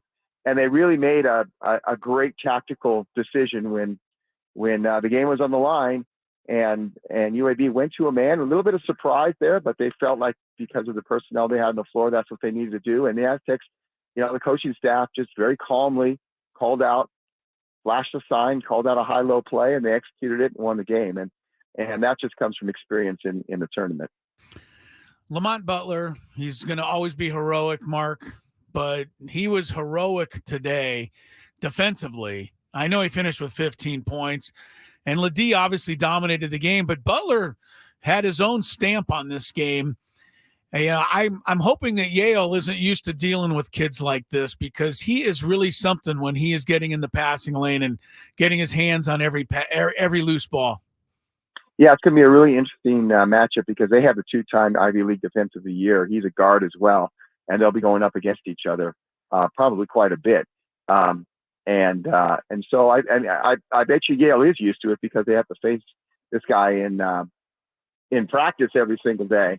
And it's, you're right. He had a really big game, 15 points, most importantly, 5 or 6 from the line after shooting 57%, and 4 steals on top of that. Really controlled the game defensively. And they needed it because they had Ledee and they had him, and no one else had more than 6 points. Really didn't get much help from anybody else in a big way. And if Butler doesn't have the game that he has, they're not winning this. Well, Mark, we appreciate it as always. I mean, I could talk basketball with you every day, but they don't play every day. Get a chance to rest. We'll see you all Sunday, and we'll see if we got another run in this team. I mean, it's hard to believe they're in position to get to the Sweet 16 again, but they are, and we'll just see if they can pull it off. Thanks for your time as always, Mark. Thank you, Mark. Talk to you soon. Well, talk to you. Bye. There he goes, Mark Ziegler, always good, from the Union Tribune. And the funny thing, Mark doesn't want to give away everything he's writing about because he's got so much knowledge. It's unbelievable. It is. I mean, he'll talk about how the Aztecs attacked all the different defenses that UAB played, and he'll explain it in a way that, like, I'll read it and be able to understand it. He does. And he also talked about the last play of the game. The Aztecs went a high-low. Jay Powell made a great pass there over a double team to drop it into Ledee, who made the clinching free throws. That was really a well-executed play. And that was something the Aztecs had not done earlier in the year when they lost some of those close games. They did not execute right at the end of a game like that, but they did today. And, I didn't have to ask. I meant to ask him if the Aztecs can play a lot better than that, because that's my comment earlier in the day. I think there's some room for improvement always. I mean, you can always get better at some things. But I just kind of getting the feeling that this is the Aztecs this year. What we saw today is what they have. That's strange because I felt like they played better than they've ever played, and it seemed to me like they were getting stronger. Well, I don't think they played better than they ever have, but I don't think this year. I don't think they played worse than they ever have. Okay. I think they played about the way they play. All right. And I think you're going to see a pretty much similar game on Sunday. But, it was enough to win today. It's going to be enough to win again in the second round. It would be nice to get Micah Parrish going. Be nice to get Trammell a little bit more involved. Be nice to get Reese Waters going, as Mark pointed out. And, get some contributions along with Ledee. You know what they were saying during the game was tape doesn't do justice to how good this team's defense is. No, that's true. And even though Mark said he thinks Yale will be somewhat used to this kind of defense, there's no way they will be. There's no way they can be. There's no way Yale faces this kind of defense. They play Brown, they play Princeton, they play Harvard, all teams that are, good teams, but not the. They have a tall guy, but that's about superior defense like the Aztecs. I'm not going to knock Yale. I mean, they just won. They beat Auburn. So if they can beat Auburn, they can beat the Aztecs. That's true. The Aztecs better be ready. Again, still waiting to find out the time of that game. They have not announced it yet. So I wonder when they will announce that. Maybe they'll wait till all of the games are done today. I'm not sure. But as of now, they have not announced the time for that game on Sunday. The 13 seed Yale. I'm going to say this. I think Yale's better this year than Furman was last year. All right. Now, Furman was a hot team because they had, pulled off that dramatic upset of Virginia. Remember Kevin Harlan? Did you ever see the video of Kevin Harlan's reaction? Yes, he was actually classic. He was actually, I think, embarrassed by it. He was upset that they showed that. But he had nothing to be embarrassed about. No. It was just a natural reaction to an amazing finish of the game. But Furman completely shot everything they had to beat Virginia. So 2 days later, they had nothing in the tank for the Aztecs. Dead. And you hope that, the same thing happens to Yale. But we'll see. We will see. All right, Purdue's underway. And they're leading Grambling State 14-8 in the Zach first Edey half. has like a wound on his arm because people are trying to guard him, and they're hanging off can't of him. Do it. he just shot some flagrant free throws. Oh, did he? And they were showing the up close of his arm, and it was like a huge scratch. He is massive. He's a big guy. Big guy. Massive. Charleston and Alabama are tied at 10. That's obviously early. Duke at halftime leads Vermont 34-29. Texas A&M at halftime leads Nebraska 58-44. You're up to date. Now get up to date on traffic before we return on Gwynn and Chris. From the 90s.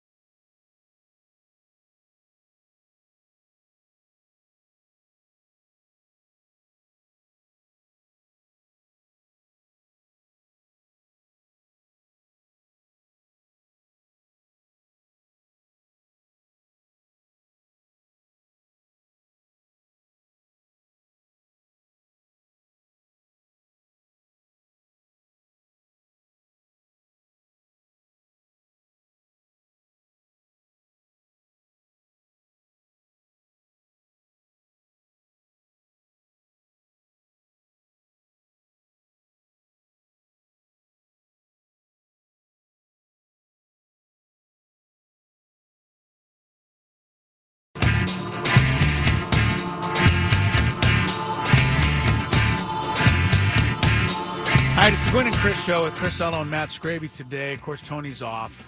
Got home late last night after the lengthy flight from Korea. Padres, we haven't even mentioned the name Padres all day today, I don't think. There's literally no news. Well, of course, they got back. Everybody's resting, getting recalibrated. Yeah. Padres with the 1-1 start against the Dodgers. 15-11 was the score in the second game, Scrabe. I don't know if anybody's aware of that out there. A lot of people are pretty excited. I know I got a few texts last night. Really? Big win, big win. I'm like, okay. It is a big win, and yeah, I think it's a huge win. Huge. Even. I think it's huge. It's wow. so huge. It's huge, Chris. So huge. It's huge. Because they bounced back after a tough loss. Okay. How many times did that not happen last year? I don't know. A lot. They're 1-1. A lot. It's pretty much where I have them at 1-1. Let's see. Little NFL news. The Chargers signed a cornerback today. Oh, sweet. Christian Fulton. 1-year contract, former Tennessee Titan cornerback. Oh, okay. Not quarterback. Cornerback.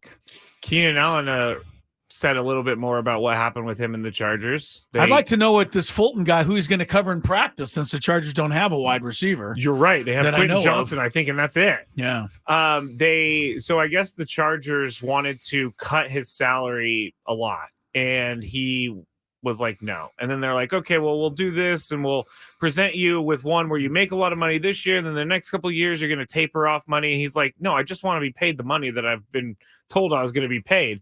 Yeah. And they're like, okay, that's a good team player for you there. We're going to try. We're going to trade Keenan. you. We're going to trade you. I'll do whatever I can to help the squad. No, they weren't even like trying to give him bonus money. They were just trying to pay him less. Yeah. Well, that's the Chargers for you. Good luck to Jim Harbaugh. I believe the job that you have coming up is going to be impossible. Back to the NCAA tournament, because it is March Madness. There are 4 games currently right now. You know, there's one game out there that we haven't really mentioned. Hang on a second. That's not a game currently in progress. I know. Texas A&M leads Nebraska 67-52, early second half. That is early second half, by the way. Texas A&M scored 58 in the first half. Duke at halftime leads Vermont, but only by 5. Your guy, Kyle Filipowski, for Duke, got 3 points. Yeah, he beat out Jaden Ledee for second-team All-American, please. Well, he's the country's hero after he... Yeah, and he's a cheap shot player, too, for tripping the North Carolina guy and then saying, I didn't know what happened. I think my foot went out. Please. Filipowski lost all of my respect on that one. Purdue leads Grambling 26-17 in the first half. Zach Edey's already got a double-double. But you and I are watching this game, and the one thing that I noticed, Zach Edey he's 1.5 feet taller than any player on the court. It's ridiculous. But in the NBA, he's not going to be bigger and taller than anyone.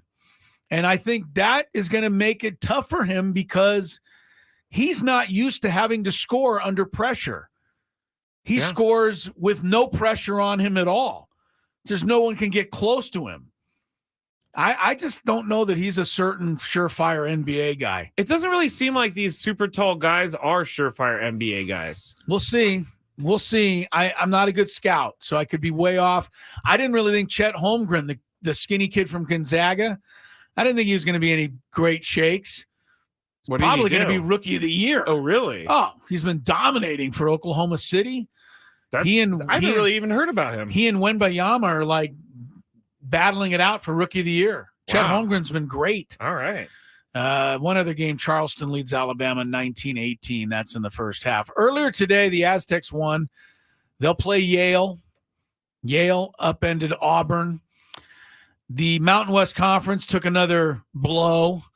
New Mexico, I didn't ask either Ted or Ziegler about that, but the Mountain worst. I mean, they're going to have the same opinion that we are. Yeah, they are. Clemson beat New Mexico 77-56. New Mexico was nowhere near in this game.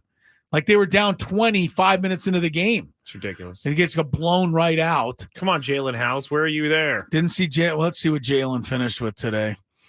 I guarantee you he wasn't blowing kisses to the crowd today. No, not when they're losing like that. He shot 12 points. Mashburn was shot 1 for 11. I mean, it was just a disaster for New Mexico today. And now there's only 2 Mountain West Conference teams left. The Aztecs, of course, and Utah State, which plays later this evening. They haven't even played yet, so it could be the Aztecs when we go to bed Could tonight. be only the Aztecs by the time we end the evening. A couple games that came out the way you would expect. UConn beat Stetson 91-52.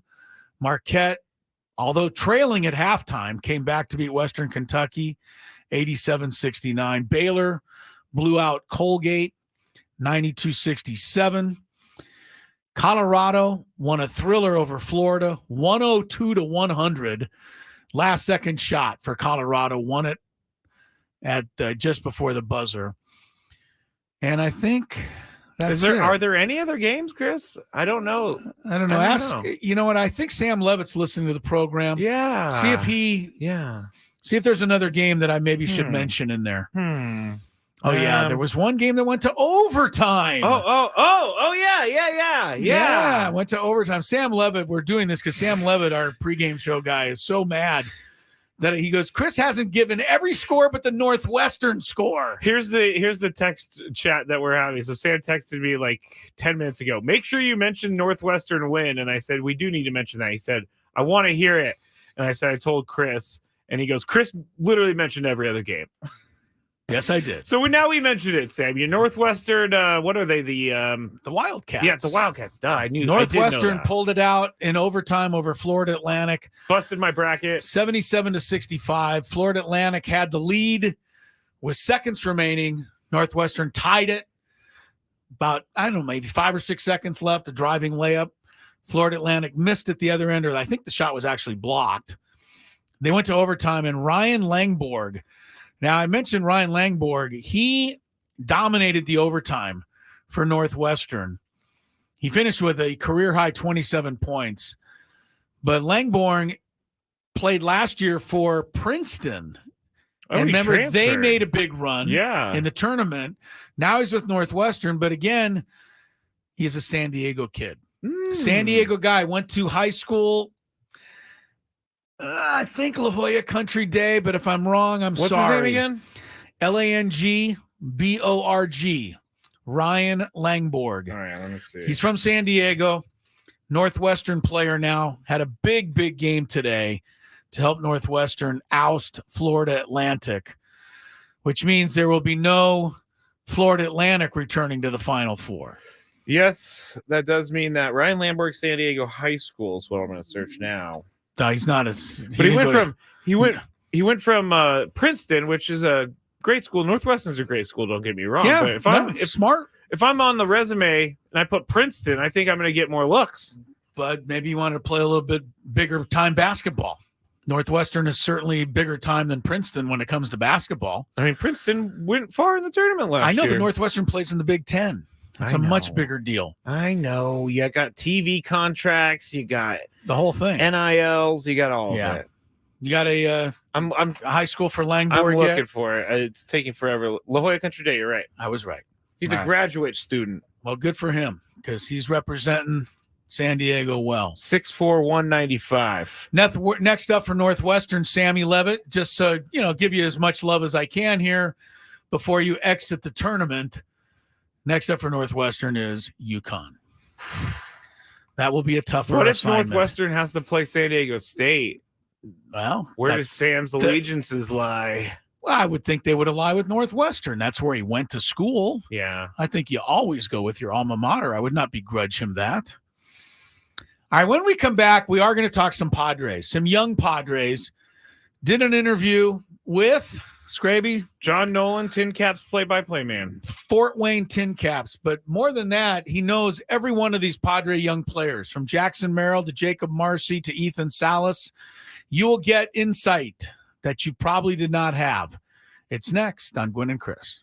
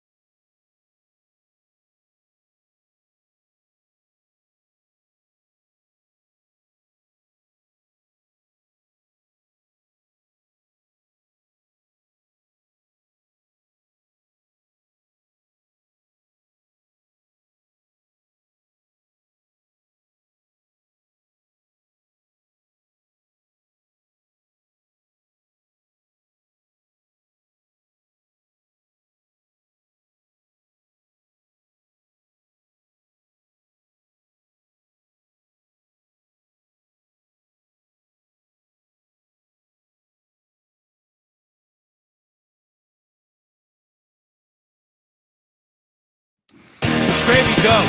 What do you got? Man, I was so ready to go, and then I wasn't. I surprised you. You did surprise me. This hour on 97.3 The Fan is brought to you by your local San Diego County UPS store. Your local San Diego County UPS store locations are hosting a shred event from March 27th through March 30th. 50% off shredding services. Visit the upsstore.com for the location nearest you. See store for details. We got into this story the other day, Chris, but we never finished it. Someone asked me why we love shredding so much, and Chris and I both have brought papers from home to shred in our work shredder. My wife is a bit of a shred fanatic. I am too. I love doing it. Yeah, she's just worried that people are going to steal all of our information. Well, so that's good of her. Right. She likes everything to be shredded, and she gives me piles that are reasonably thick. Reasonably thick is right. And at home, I have like a one paper at a time shredder, maybe two. And so when I get that thick of a stack, I bring it into work because we have I don't know if I'm supposed to, but I just told on myself. I think it's okay. I hope so. I think but it's at work, we have like an industrial shredder that you can put 20 pages in at a time. And that stuff's gone. It's great. I even take my credit cards just because I like putting stuff in there. You should wait till they're expired. No, then I get a new one and I can do it all over again, Chris. Really? No, of course not. Of course not. I tell you one thing, Grambling State is not going away from Purdue. This could be another, if it happens to Purdue again, it would be almost unfathomable. You got to think that this coach is facing major pressure right now. 31-27 Purdue 3 minutes ago in the first half, only a 4-point game. Also, first half, Alabama's gone ahead of Charleston, 34-26. Second half, Duke over Vermont, 42-35. Midway second, Texas A&M leads Nebraska, 76-60. And oh, by the way, one final to report from earlier today. In overtime, Northwestern defeated Florida Atlantic. Heard that somewhere. Did you hear that? Yeah. Wanted to make sure that Sam Levitt got the score for his alma mater. Northwestern 77, Florida Atlantic 65. Congrats, Sammy Levitt. All right, we got traffic to check. Then we're going to check in on the younger Padres. Jackson Merrill, Ethan Salas, etc. Guy who knows a lot about him is the voice of the Fort Wayne Tin Caps, John Nolan, right now.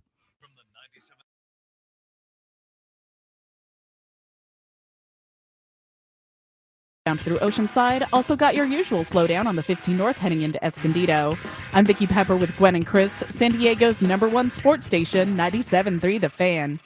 Hello, John Nolan. How are you, and how are things in Fort Wayne, Indiana these days?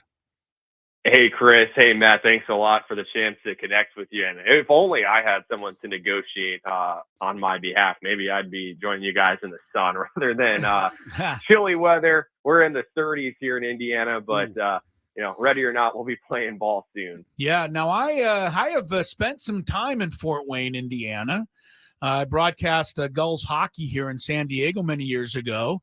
And there was a year where the Gulls played the Fort Wayne Comets for the IHL championship. Fort Wayne won it in 4 straight. So the Comets celebrated at our expense. But I did spend a week there, and I thought it was nice. I had a good time. Yeah, I know the immortal Dave Marcus has shared that trip with me in the past. And yeah, for listeners right now, in case you need some useless information here in the United States, you have the original 6 in the NHL, right? And then you got the Hershey Bears, and then it's the Fort Wayne Comets, or the next longest running professional hockey organization. There you go. For sports fans who are familiar with Doc Emmerich, who, of course, was the voice of hockey for so many years before he retired recently. Yeah. He grew up here in the Fort Wayne area, and the Fort Wayne Comets were what introduced Doc to sports and got him started in his career. So there you go. Fort Wayne Comets, the more you know. Yes, absolutely. Fort Wayne Comets, by the way, last bit of trivia, Comets spelled with a K. Oh, wow. Even crazy. I don't think I ever figured that out, and it really didn't interest me enough to delve into it further. John, let's talk about the Padres and some of these young players that you've had the privilege of seeing play. Just in general, Do you feel like the young Padres, the organization, is as well stocked as most other people seem to think it is? Yeah, for sure. And, I've actually been out here in Fort Wayne with the Tin Caps since 2013. And so, yeah, between the Comets and their long history of success hockey-wise and the Tin Caps who play at Parkview Field, which a lot of times gets rated as the top ballpark in minor league baseball, it's considered like the number one minor league sports city in the country. And it's been a privilege to see so many top prospects. Admittedly, we had that stretch there where we were seeing all these guys make their major league debuts with other organizations after they had turned into assets in the trade market. So, a stretch like this week here, seeing guys like Jackson Merrill and Graham Pauley, who we had literally last summer. So not only for them to make it here from the high A level to the show is awesome in itself, but the rapid timeline is great too. And I've got no doubt that in due time, there's going to be a bunch more that we saw here in Fort Wayne not long ago because,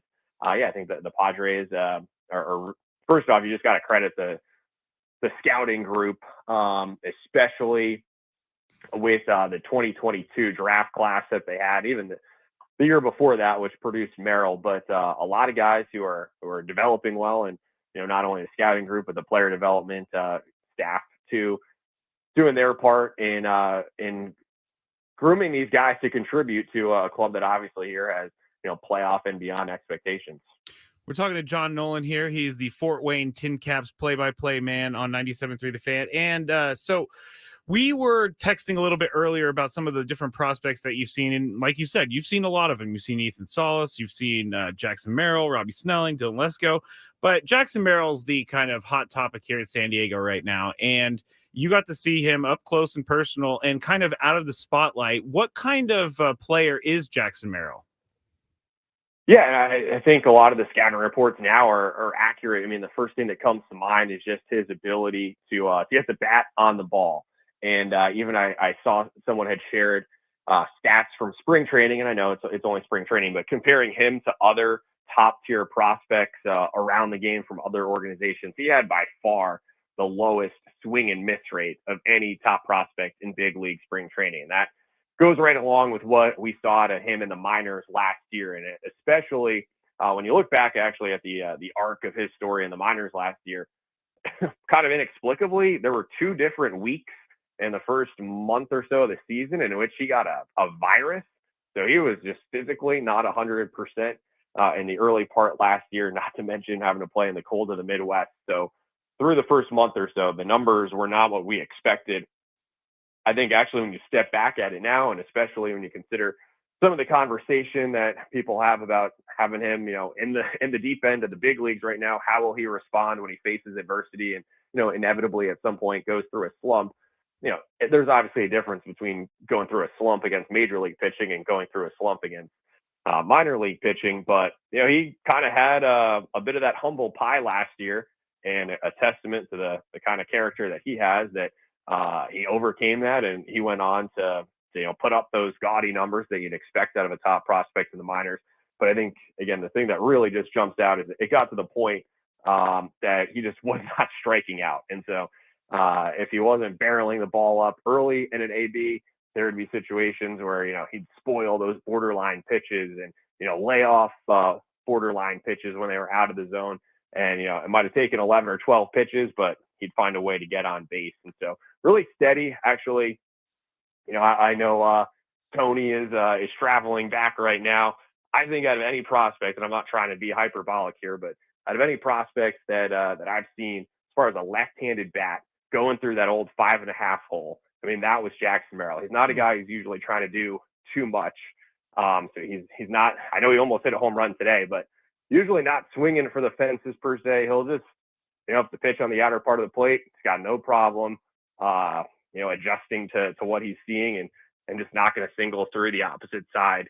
And so I think that, that's gonna benefit him and hopefully prevent an early slump now that he's up in the show. Yeah, first 2 hits of his career today for Jackson Merrill, and 2 for 5. And as you said, hitting the ball with authority. John Nolan, seen all these young Padre players now. Ethan Salas, I mean, he's gotten a lot of attention.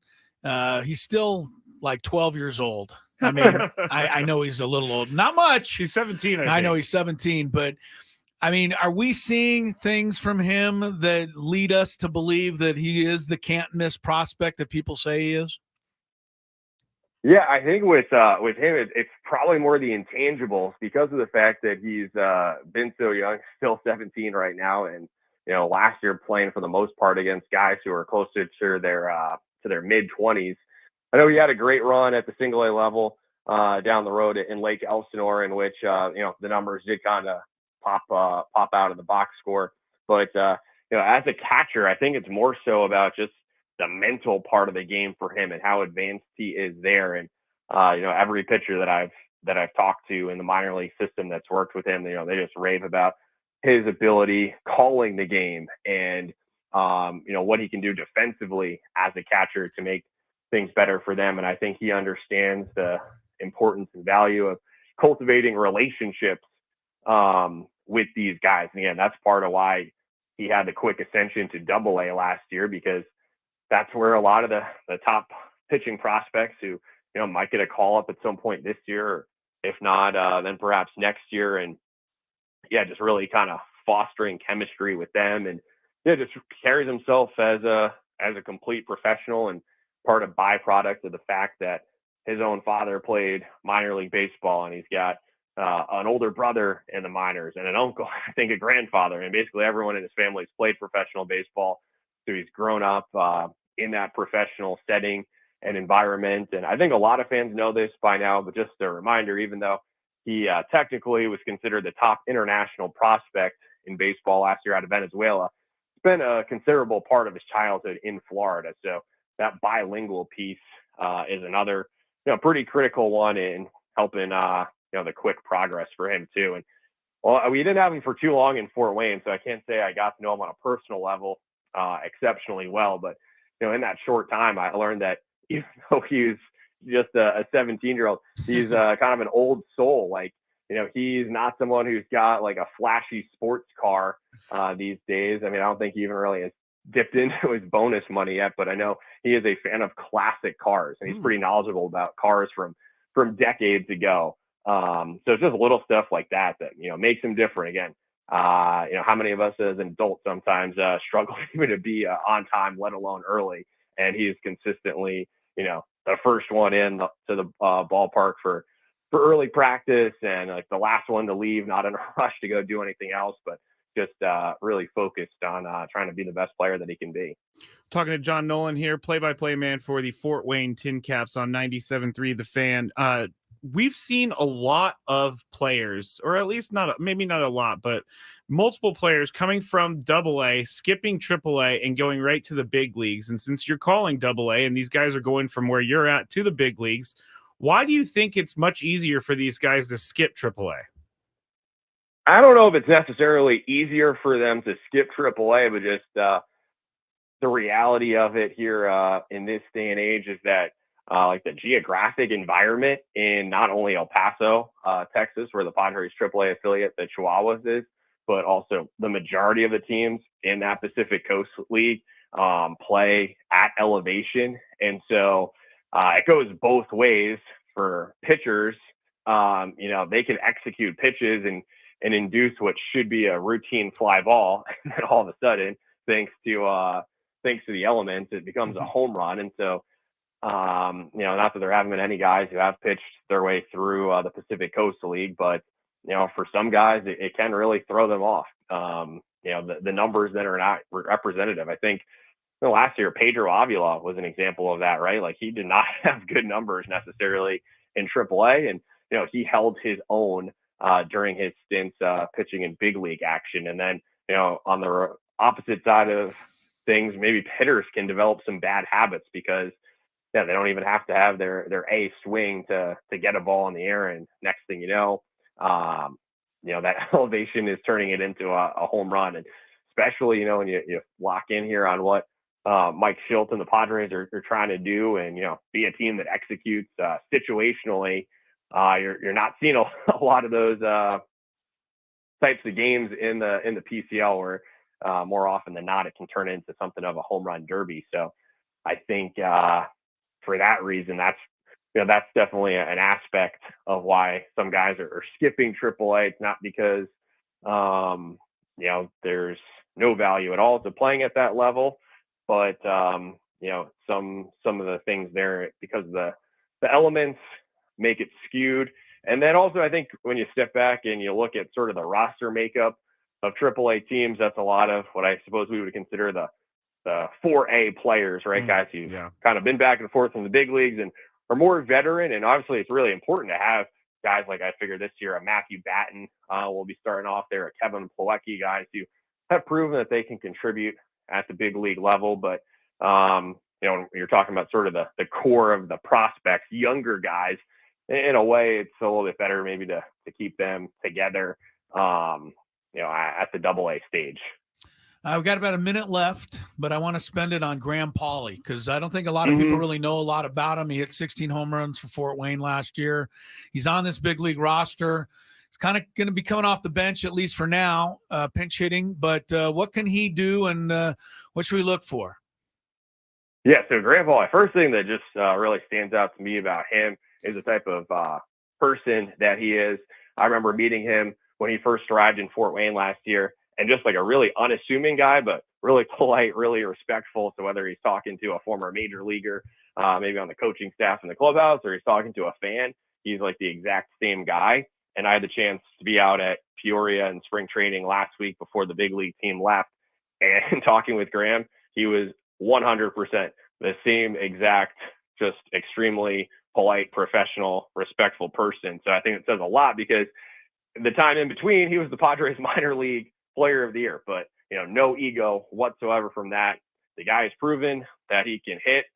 He made a modification to his swing midway through last year that caused him to launch the ball more. So after being a really steady singles hitter, for anyone who saw him in Lake Elsinore last year, and maybe a guy who's driving the ball to the gaps for some doubles, but all of a sudden last year unlocked the ability to get the ball over the wall. I'll also say, I know Keith Law for The Athletic, he had a pretty harsh review of Graham's defense. I thought that was totally out of line.